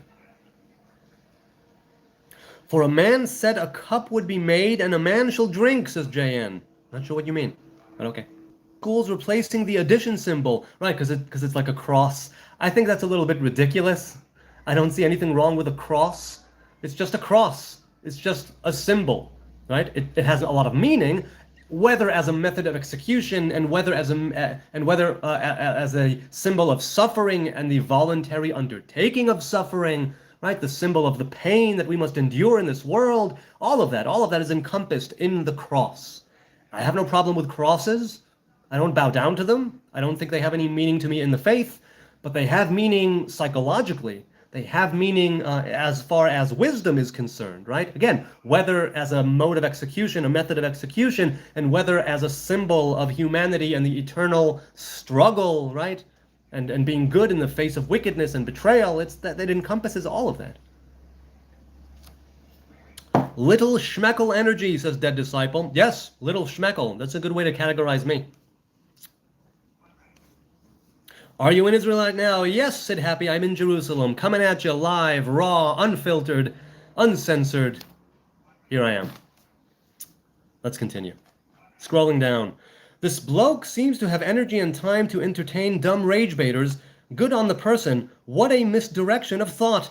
Remember, none knows even if Israel has a mint or where to get a shekel. I'm not sure what you mean, an angel loves you.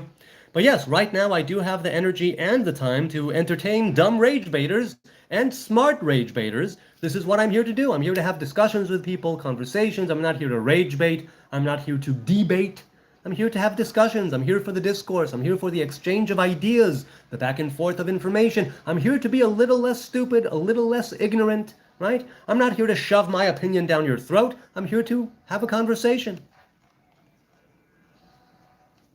Thanks for answering my question. It's very interesting to hear a different perspective from the other side. I've even asked the same question also Muslims. Yeah, okay, cool. What are the other answers you've gotten? I'm curious. Go yum, says 2 cups for you.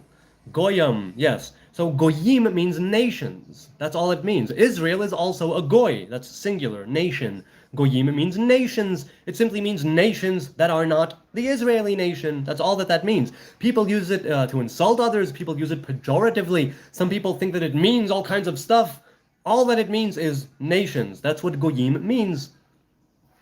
Oh, pardon me. What is a Messiah in Judaism? A messenger. Messiah literally means anointed one. Kings were anointed. Prophets were anointed. Priests were anointed. Artifacts were anointed. And these are messengers. The human beings who were anointed are messengers, right? A king is a messenger, a priest is a messenger, a prophet is a messenger. That is Messiah, a man, a king, an anointed one, a sovereign, a leader who will live and die like all the kings before him. That's it. There is the idea of the final Messiah at some point from the tribe of Judah, the line of David, the house of Yishai, who will bring some sort of a great shift into all creation and world peace and everything that comes with that, leading up to the coming right back to Eden and the partaking of the fruit of the tree of life. However, that's the final Messiah that is spoken of. There may be many Messiahs in between of different tribes, of different houses. That is Messiah, a messenger who lives and dies like all the messengers before him. Is David's star the sun? No, it is not. The sun represents the masculine presence in the world that shines. The moon represents the feminine that receives but has no light of its own, right? The Star of David corresponds to the divine feminine presence. The Star of David is the unity of the 6 points, which is masculine, and the invisible 7th point in the center, which is feminine. So the Star of David is called that, the Magen David, because it is both. It is the unity of the masculine, feminine, divine presence in the world. It means the awaited one. No, it does not, Taco. It does not mean awaited. What about the word Gentile? Well, what do you mean? The word Gentile also means somebody who is of the nations, who is not Jewish. That's what that means. That's it. Let's continue. What's your opinion on ethno-nationalism? I don't think there is such a thing as ethno-nationalism. I don't think that the UN even recognizes it as a proper term. I do think that in the very same way that China belongs to the Chinese, Australia belongs to the Australians now, after they stole it from the Aboriginals, or conquered it, that's more like it, right? That's ethno-nationalism, which means that it exists all over the world. Sweden belongs to the Swedes, Japan belongs to the Japanese, Italy belongs to the Italians. It's like, where do you draw the line, and what time frame do you choose to start the count from? That changes the meaning and your view of ethno-nationalism.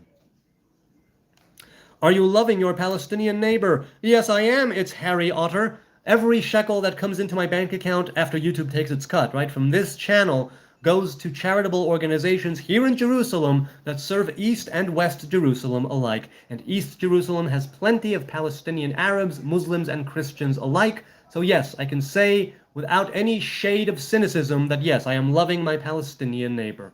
Yes, I am. Okay. Medieval method, that's strange sentiment to me. What is medieval? Mr. Taco says, Rabbi Yochanan says, a Gentile who engages in Torah study is liable to receive the death penalty, as it is stated, Moses commanded us the law. Yes, that is something from the Talmud, or from the Mishnah, Rabbi Yochanan. Rabbi Yochanan was in the Mishnah. Now, Mr. Taco, Mr. Brainiac, tell me, does the halacha actually state this? Because the Mishnah and the Talmud, and you're bringing this presumably from the Mishnah, or the Talmud citing the Mishnah, or some Baraita, some external Mishnah, tell me, what is the actual rabbinic law? Is Rabbi Yochanan's opinion actual rabbinic law? Probably not. And I'm right in this, you are wrong. So if you're bringing this Meimra, if you're bringing this saying by Rabbi Yochanan as some sort of a gotcha, no. All it is an opinion that Rabbi Yochanan had. It did not become actual rabbinic law. It is not binding. He is allowed to have an opinion, just like I have an opinion, just like you have an opinion. You know what they say? Opinions are like assholes. Everybody's got one. Same deal.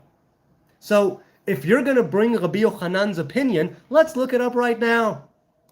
Let's look it up. Maybe I'm mistaken. I doubt it. I'm putting this in as a quote. Was this made into halacha? Let's see. The core ruling. Come on. Let's see. Did this become halacha? Studying the Noahide laws is encouraged. Deep study is not encouraged. General reading is encouraged. The courts. So Rambam says it's true. Rambam actually upholds this as halacha, but he's not the only scholar, right? Maimonides actually cites Rabbi Yochanan and is there with him. Let's see. So many people say that he is liable to be put to death not by the courts, but in the hands of the heaven. Okay, so something that God will do or the divine revelation will do, but not the courts, meaning that a Gentile who studies Torah, even according to halacha, even if halacha says he is liable to be put to death, it's not by the courts. So he would not have been executed by the Sanhedrin. But, according to the Rambam, who does cite this as something that is possible, he says, a Jewish court would physically strike or reprimand the individual, but would not actually execute them. And so, even the Rambam, who cites this very thing, and who says that a person is liable to be dead, doesn't say that the court would execute them. Not to mention the other ones who say that no, this is not proper halacha and that is not the rabbinic law. So however you choose to look at it, when it comes down to rabbinic law, That was not made into binding halacha. That was not made what Rabbi Yochanan said. He may have said it. He may have been a very militant yid, but he was not, right? That is not halacha. So, this is a classic example, people. There are 60-something people here right now. Remember this. The next time somebody gives you some quote from the Talmud, ask him if it became rabbinic law. Ask him if it actually became law. Otherwise, it's just something that somebody said. Something that somebody said, because if it's not binding rabbinic law, then it did not become halacha. It's somebody's opinion. Somebody who was respected, somebody who was well-versed and knowledgeable, a sage, a wise person, fine. It's still just an opinion that was not made into halacha. And we see in this case how Mr. Taco got his proverbial ass handed to him as somebody who is just citing something from the Talmud as a gotcha, but has no actual idea of how the Talmud works. Otherwise, he would have understood that the Talmud is not halacha. The Talmud is where halacha is derived from. And he would have done a 60-second research. He would have gotten the quote, just like I did, and he would have said, did this become actual halacha? And he would have seen that some say no, some say yes, and even those who say yes say that the Sanhedrin would not execute the individual, which means that it makes his argument here and this gotcha null and void, and it just reveals his own ignorance in matters of Talmud and halacha. Okay. Celtic King, what are the different types of Nazarite vows? Why did you take, well, vowels, I'm assuming you meant vows. There are 4 different types of Nazarites. A Samson vow, that's the one that I took. A lifelong vow, a vow for life, not the same thing, and a temporary vow. Why did I take the vow? I was called to be a Nazarite. I got the call, let's put it that way. So, Mr. Taco, do you have a rebuttal?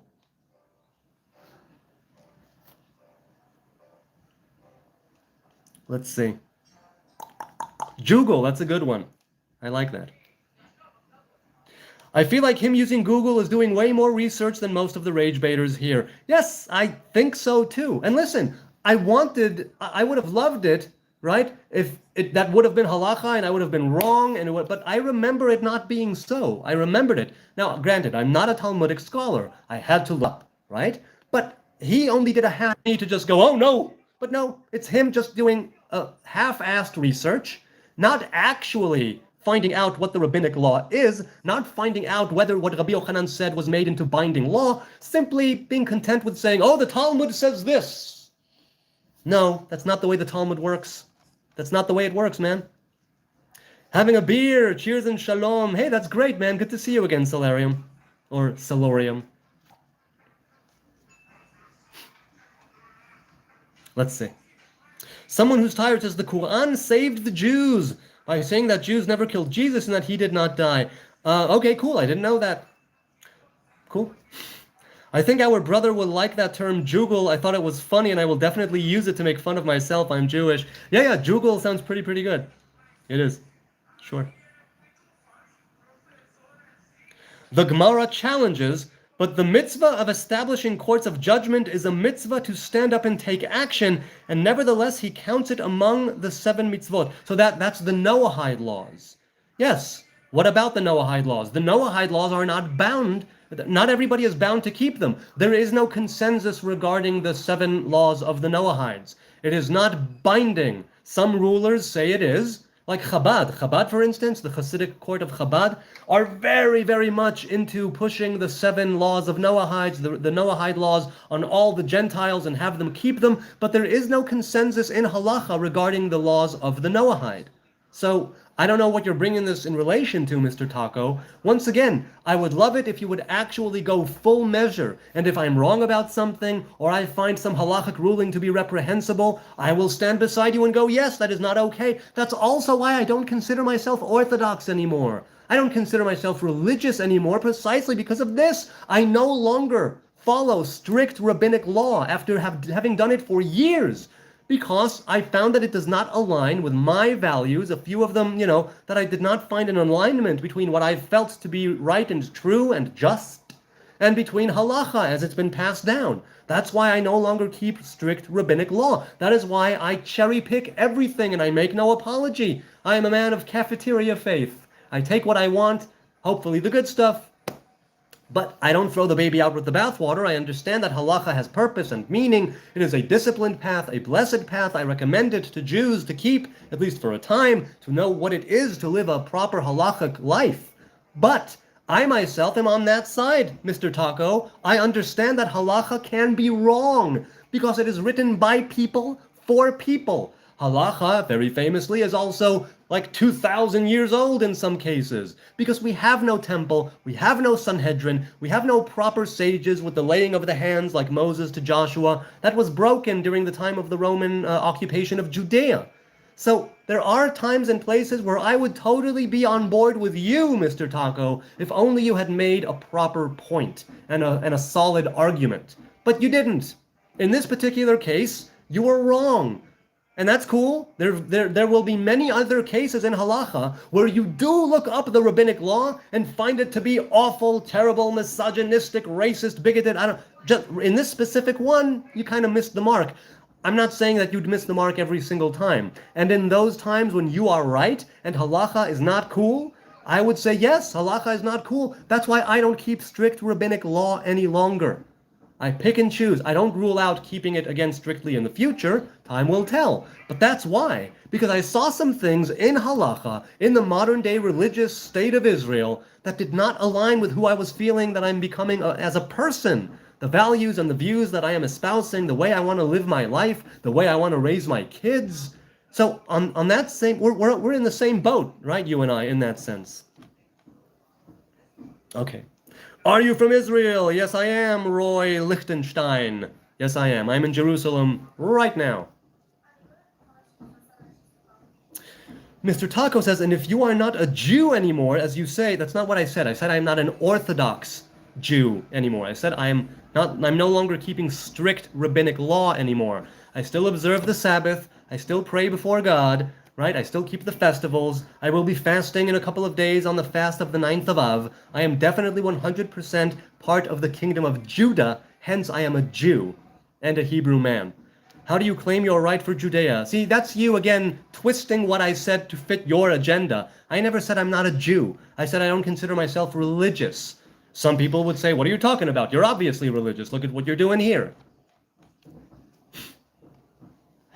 Ay, ay, ay. Do not speak for all Christians, says JN. Well, apparently somebody is. Yeah. Are you American by birth? No, I'm an American born abroad. So in that sense, yes, I'm an American born abroad to American parents who had a life in the States before they came to Israel. Mr. Taco says, Toda salam. Hey, good to see you, man. He was born with it and it will remain regardless of how he feels about religion. Yes, being Jewish is for life. That is correct. You need to be a psychopath to get them, said someone who's tired. I'm not sure what you mean. Mr. Taco says, Judaism is a religion, not an ethnicity. Well, Judaism means people of the kingdom of Judah. The Jewish religion is their religion. It's part and parcel of who they are. They keep it more, they keep it less. They are sages or they are run-of-the-mill people in the street. They are Jewish by virtue of them being part of the kingdom of Judah, the tribe of, the tribes that encompass the kingdom of Judah, that comprised the kingdom of Judah, or the greater 12 tribes of Israel. So, do what you want with that, man. Toda Salam says to Mr. Taco, you completely missed the point, you are wrong. I like pickles and eggs, says Big Mac. Well, I'm not a fan of eggs or pickles, for that matter. Mr. Taco says, if you aren't religious anymore, you are not Jewish. Mr. Taco, once again, you are gravely, gravely mistaken. But hey, think whatever you want. That disciple says you can be a secular Jew. Now, this is a dispute among people. Can you actually be a secular Jew? Or do you have to be religious and carry out the covenant and the commandments in the Torah in order to be considered a proper Jew or any kind of Jew? Look, in the Torah, we have what is called karet. Karet is a punishment that is not administered by the courts. Karet is a punishment that is administered by the divine revelation, and that is literally cutting off your personal branch from the tree of thy people. We don't quite know how that would happen in reality, but that is the punishment called karet, to be sawn off, to be cut off, to be broken off, and to separate yourself from the tree of the Israeli people, of the Israelites. I don't know how that actually comes about and how it manifests and expresses itself in creation, in reality. But there is such a punishment, meaning that it could very well be that halacha can't do this, because halacha pertains to the rabbinic courts and the way that they would adjudicate. But spiritually speaking, there is such a thing as a Jew being so irreligious, not keeping the Torah, that they are actually cut off from the people and de facto become not Jewish. You see what I'm saying? But this is not something that human beings carry out. This is something that is carried out by the divine revelation. Let us scroll down and continue. Dead Disciple says, but why would you care if you're secular? Well, I'm not sure if you're talking to me or not, but people who are secular Jews are still considered, most of them, traditional Jews, meaning whenever they do keep anything, they keep to the Orthodox rabbinic path. I mean, look, there are Orthodox Jews and Reform Jews, conservative Jews, Messianic Jews, Karaite Jews, Samaritan Jews, all kinds of Jews. All kinds. Mr. Taco says he can handle himself. Hey guys, he can handle himself. Don't you trust him? First of all, I don't know if I can handle myself. What do I have to handle? I'm here having conversations with people. I don't claim to, have all of the knowledge. I'm very ignorant. I'm ignorant of most things in the world. So I'm here to have conversations with people. All right, coffee is done. I think I might go soon. It's been over 2 hours. I'm having a blast. Incidentally, I want to thank you, good people. As an aside, a quick aside to say thank you, those watching now, those watching later. Shout out to the replay crew, whoever replays this later. I barely have any replays. A lot of people show up for the lives, and the replays not so much because, it's very long, and if you're not in the live, I can see why you wouldn't want to replay the video. Either way, I thank you for your time and your kind and gentle attention, the lovers and the haters, the pros and the cons, the spammers and the Nazis, and the ones slinging and hurling, vitriol and insults and negative vibration, the encouragers, the ones asking real good questions, and the likes and the subs and the views and the DMs, people leaving comments after. It's all very blessed. It's all very welcomed. I deeply appreciate it. I do not take it for granted that I press go live and there's a conversation here and there's people here and the energy. I love the energy here. I really do. It's something so special to me to be able to converse with you good people and have a conversation with you people and to have this as an ongoing thing. You could be doing anything else right now. Anything, pretty much. But you're here with me. We're spending time and it's great and I really appreciate it. Let's continue. Mr. Taco Toda Salam says to him, being Jewish is passed through the mother. If the mother is Jewish, then he is Jewish for life. It is true. It's good to be here again, says Muy Grande. Vigil, take care. I enjoyed. Well, I'm not done yet. I probably will be done soon, but not yet. Someone who's tired says, how did the God handle you all these times? I don't know. Not sure what you mean, man. Dead Disciple says, oy vey, my back is killing me and it's making it hard to kvel. Oh, no, you gotta kvel. It's all right. That's all right. That's all right. It'll be all right. Wish you a beautiful day ahead. Thank you, thank you. It is 1 in the afternoon, 1:04. No, I'm not closing right now. Maybe soon. But not quite yet. I'm having a blast. Oh, gotta stretch. Ooh, okay. Where does the myth of the 109 countries come from? From anti-Jewish propaganda that was later co-opted by the Nazis. Sandrick? I don't know the actual origin. I really don't. That Disciple says, I like you, man. You're knowledgeable and you can take a joke. I don't know if I'm knowledgeable. I'm standing on the broad and knowledgeable shoulders of giants, right? And of those who came before me. I don't consider myself knowledgeable. It's like, I know what I know. I know what I think. I know what I like. As for being able to take a joke, yes, I love jokes. I love silliness. I love humor. I think everything has its time and place. I'm of the opinion that you can either laugh at everything or you can't laugh at anything. The thing is, you got to choose your time and place and know your audience, right? So you got to have some discernment and use caution. But you can definitely laugh at everything, whenever it does fit the occasion. Yeah. The air is a tad humid here, says Big Mac. Really, is it? Over here it's pretty good, and I can see a nice breeze outside. It's nice. What a beautiful sunny summer day in Zion. I love it. I love it. Muy Grande says, I wasn't able to know how my grandfather was a Jew born from Poland, where the Nazis captured his whole family. They ventured further into Europe. I don't know history. Well, look, the history of, of like 80 years ago, 90 years ago is so murky. And the Nazis, they did keep plenty of records, but also many things have been lost.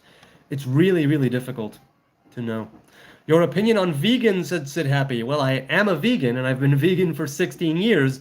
So my opinion on vegans is that I'm not a militant vegan. I'm a live and let live kind of vegan. My opinion is that they are awesome. Veganism is awesome. It's sanctifying life to a great degree. It's showing respect to your fellow earthlings. It is, doing no harm. There is always inadvertent harm, because harm is part and parcel of living in the world. But very much not to intentionally harm life. So that's my opinion on veganism. I'm a fan. Plants are alive. Exactly. That's why I said that harm comes by virtue of you living. Exercise AI golem. Exorcism AI golem. I agree. But I come from the earth as well. Plants come from the earth. So you know what I'm saying? Traditionally speaking, that is. That element of earth is inside of me. And so I eat what comes from the earth. So yeah. Vigil says, what's your alternative for Netanyahu? I don't know. Ask me towards the end of, ask me in about a month. I'm going to spend August looking into the different parties. Once they do all their shady deals and we have an actual list of parties and candidates who will be running against Netanyahu that are up for election, they're still doing their deals and, you wipe my ass and I wipe your ass, that type of stuff. You steal from me, I'll steal for you. You lie for me, I'll lie for you. They're still working on all of that.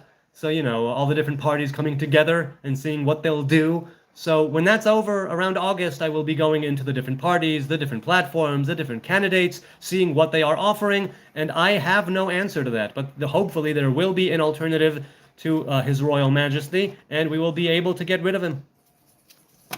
What day are you going to start fasting? The fast starts a little before sundown Wednesday night, and it ends Thursday night after the stars come out. So roughly 25 hours of fasting, but, it's still only the 7th of Av. It's still just the 7th of Av, right? Which means that we have another day and a half before the fast begins, which means that there could be a king anointed in the next day and a half. A temple could begin being built in a day and a half. We could find a red heifer, slaughter it, and begin the purification in a day and a half. And that might mean that we won't need to fast. And that might mean that finally, the fasts of the 9th of Av, the 10th of Tevet, the 17th of Tammuz, the 3rd of Tishrei, that they will be days of elation, jubilation, dancing, feasting. That is the prophecy of Zechariah. Obadiah or Zechariah? Zechariah. Yes, Zechariah. At any rate, it could very well be that we will not have to fast. I'm hoping until the very last second before the fast begins, as in every year, I will be hoping that this year we will not have to fast. The fast will become a feast. The mourning will turn to dancing, right? And the sadness will turn to joy. And it is within our grasp. It is completely up to us to make that happen. And at some point it will. So why not now? But yeah, the fast, if we are going to fast this year, it starts Wednesday, a little before nightfall. Hey, my woman is here. How you doing, woman? Here, let's pin her. There. I have pinned you. Good woman. If you kill the cow, you must eat the cow. No. The red heifer is burned all the way. The red heifer is burned all the way. I have popped in to say hello. That's nice. Hello to you, my good woman. I hope you're having a good day at work. Women. Yes, that's my woman. She's been my woman, she's been my over, what is it, almost 30 years altogether. I'll be going to rehab Thursday, so I'll start it Wednesday. Okay, cool. Rehab. I hope that it's good for you. I really, really do. Yes, AI Golem. I met her a long time ago now. You're a special woman or someone you know? That is my wife. She's been married to me for 23 years. I met her at 16 on the street here in Jerusalem, and we married 4 years later. So she is my special woman, and she is someone I know. She is everything together at the same time. Hello, wife, he says. Yes, indeed, hello.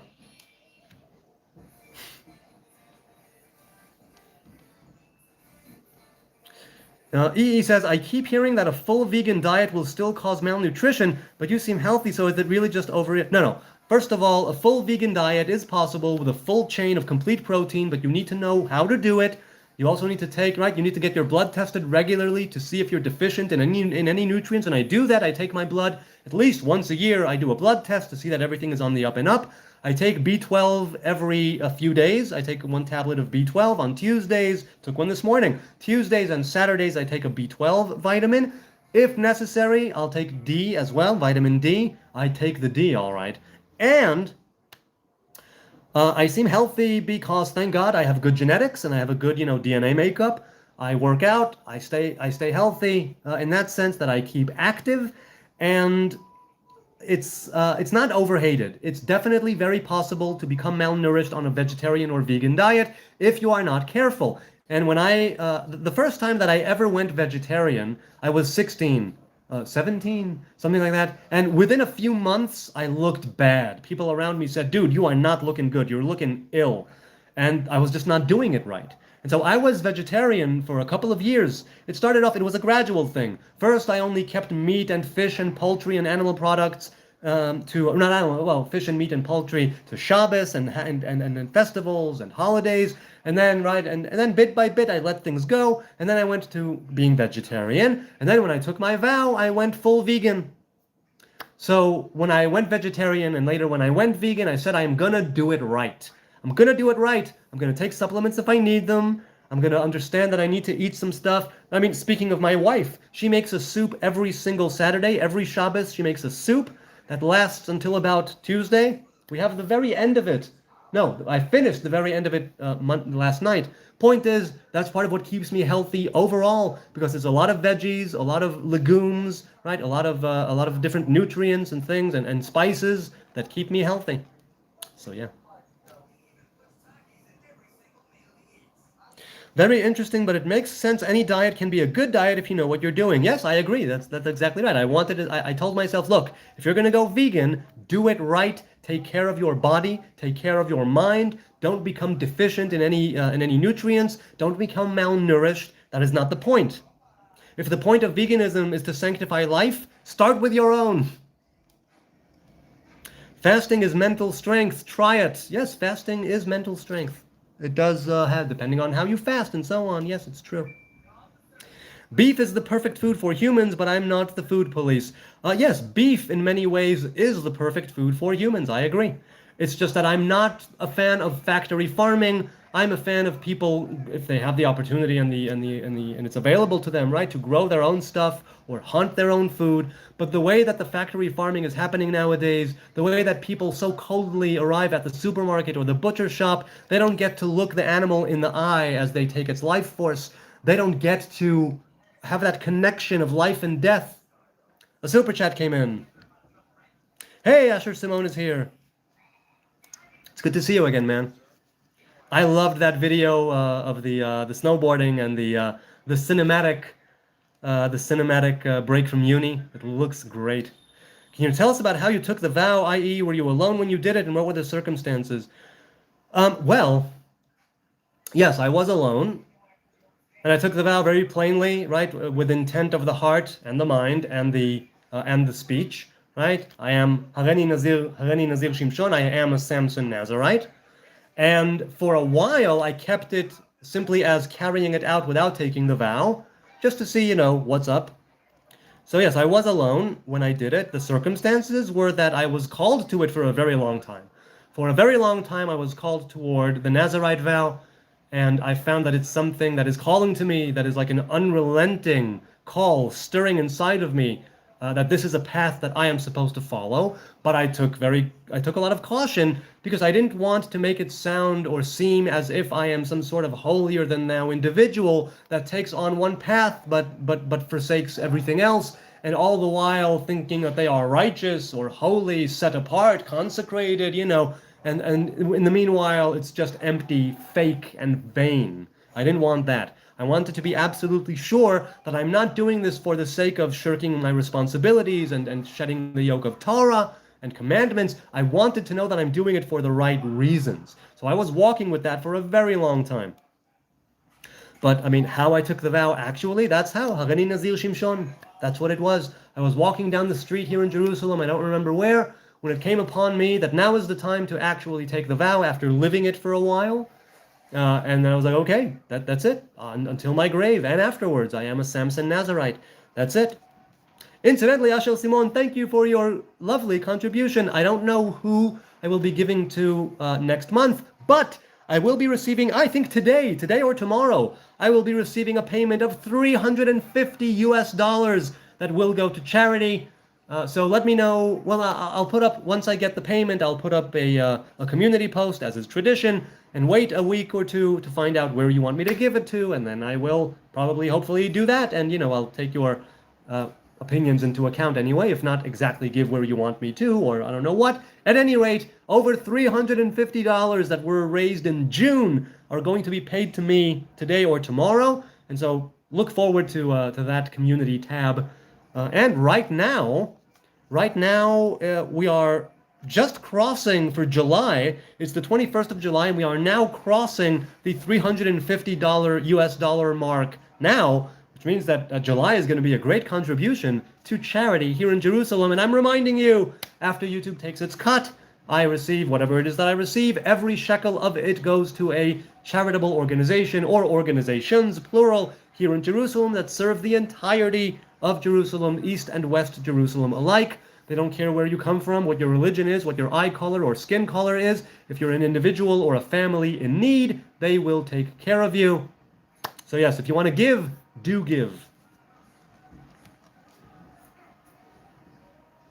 Gotta go. Muy Grande says, have a good night. Good night to you. Good night to you. Okay. What charity? Well, the recent one was the Jerusalem Food Rescuers, who collect literally tons of food from all around the city and redistribute it to individuals and families in need. I've given to Yad Sarah, who care for people who are wounded or injured, giving them medical supplies or medical apparatuses, and different things to people. They lend things out without any cost. And, medical supplies, things for new parents, cribs, beds, and things of that nature. I've given to Yad Ezra Shulamit, who run a soup kitchen here in Jerusalem, and have a baby fund as well. I've given to, who else have I given to? I've also given to a couple of other places that also run a soup kitchen or things for the needy here in Jerusalem, who are not, the organizations might be Jewish or religious, but they serve all of the population. So I don't know who I'll be giving to June's revenue, but we will see. It should show up in my bank account today or tomorrow. But the community does have a say on which charity I give to. Usually, even if I don't, look, and there have been people who said, give it to the Palestinians. And I said, okay, show me a way that I can actually ascertain that the money won't end up in the hands of Hamas. Because Hamas very famously steal Red Crescent money, steal UNRWA money, and have charitable organizations that actually end up, people think they're giving to poor Palestinians, but it ends up in the hands of Hamas, and I can't afford that. I don't want to do that. I want the viewers who gave it, I want to give locally here in Jerusalem, but if you actually give me solid evidence and a foolproof way for me to know that this money is going to Palestinian babies and toddlers, right, who need diapers, formula, cribs, I don't know what, in Gaza, I will do that as well one of these months. I don't mind. Right? That the idea of clothing your enemy, because the enemy, they're not my enemy. The leadership is my enemy. They are not. If I can do them a kindness through your generous contributions, I would.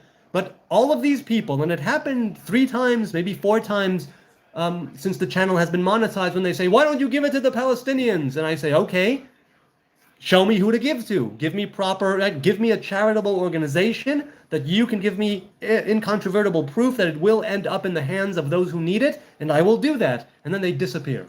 I never hear from them again because they're full of shit. I feel like donating here is way better than any Western organization. Better to give it closest to the source. Well, look, if you want to give to charity, give in your location. Give to charitable organizations in your city, your town, your village, your region. There is a rule in charity. I mean, it's a hard and fast rule, so it's not necessarily binding, but it's aniyaya ilcha kudmim. The poor people in your vicinity, the people in your city come first. They take precedence, which is why I give here locally in Jerusalem. Or at least that's what I'm aiming to do. But if somebody would give me the evidence that it will end up in the hands of those in need in Gaza, in the West Bank, people, children, toddlers, babies who are suffering from this war, I would 1 month or every X months give it to them as well. No problem. I have no problem doing that. I think that would be a great thing that the people in this channel are giving to. Because Lord knows that babies are difficult to raise, certainly in war.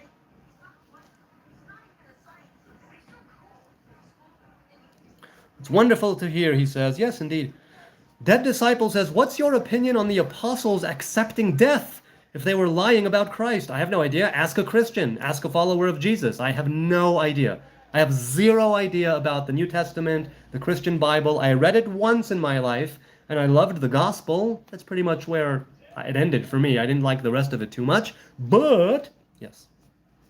He says, oh, that's actually a really good mentality. You don't need to be a hero in some faraway place if you can be good to the people around you. Yes, that's why it's one of the laws of tzedakah, of charity in halacha, or at least it's a custom, a tradition, aniyei ilcha kudmim. Give to the people here first.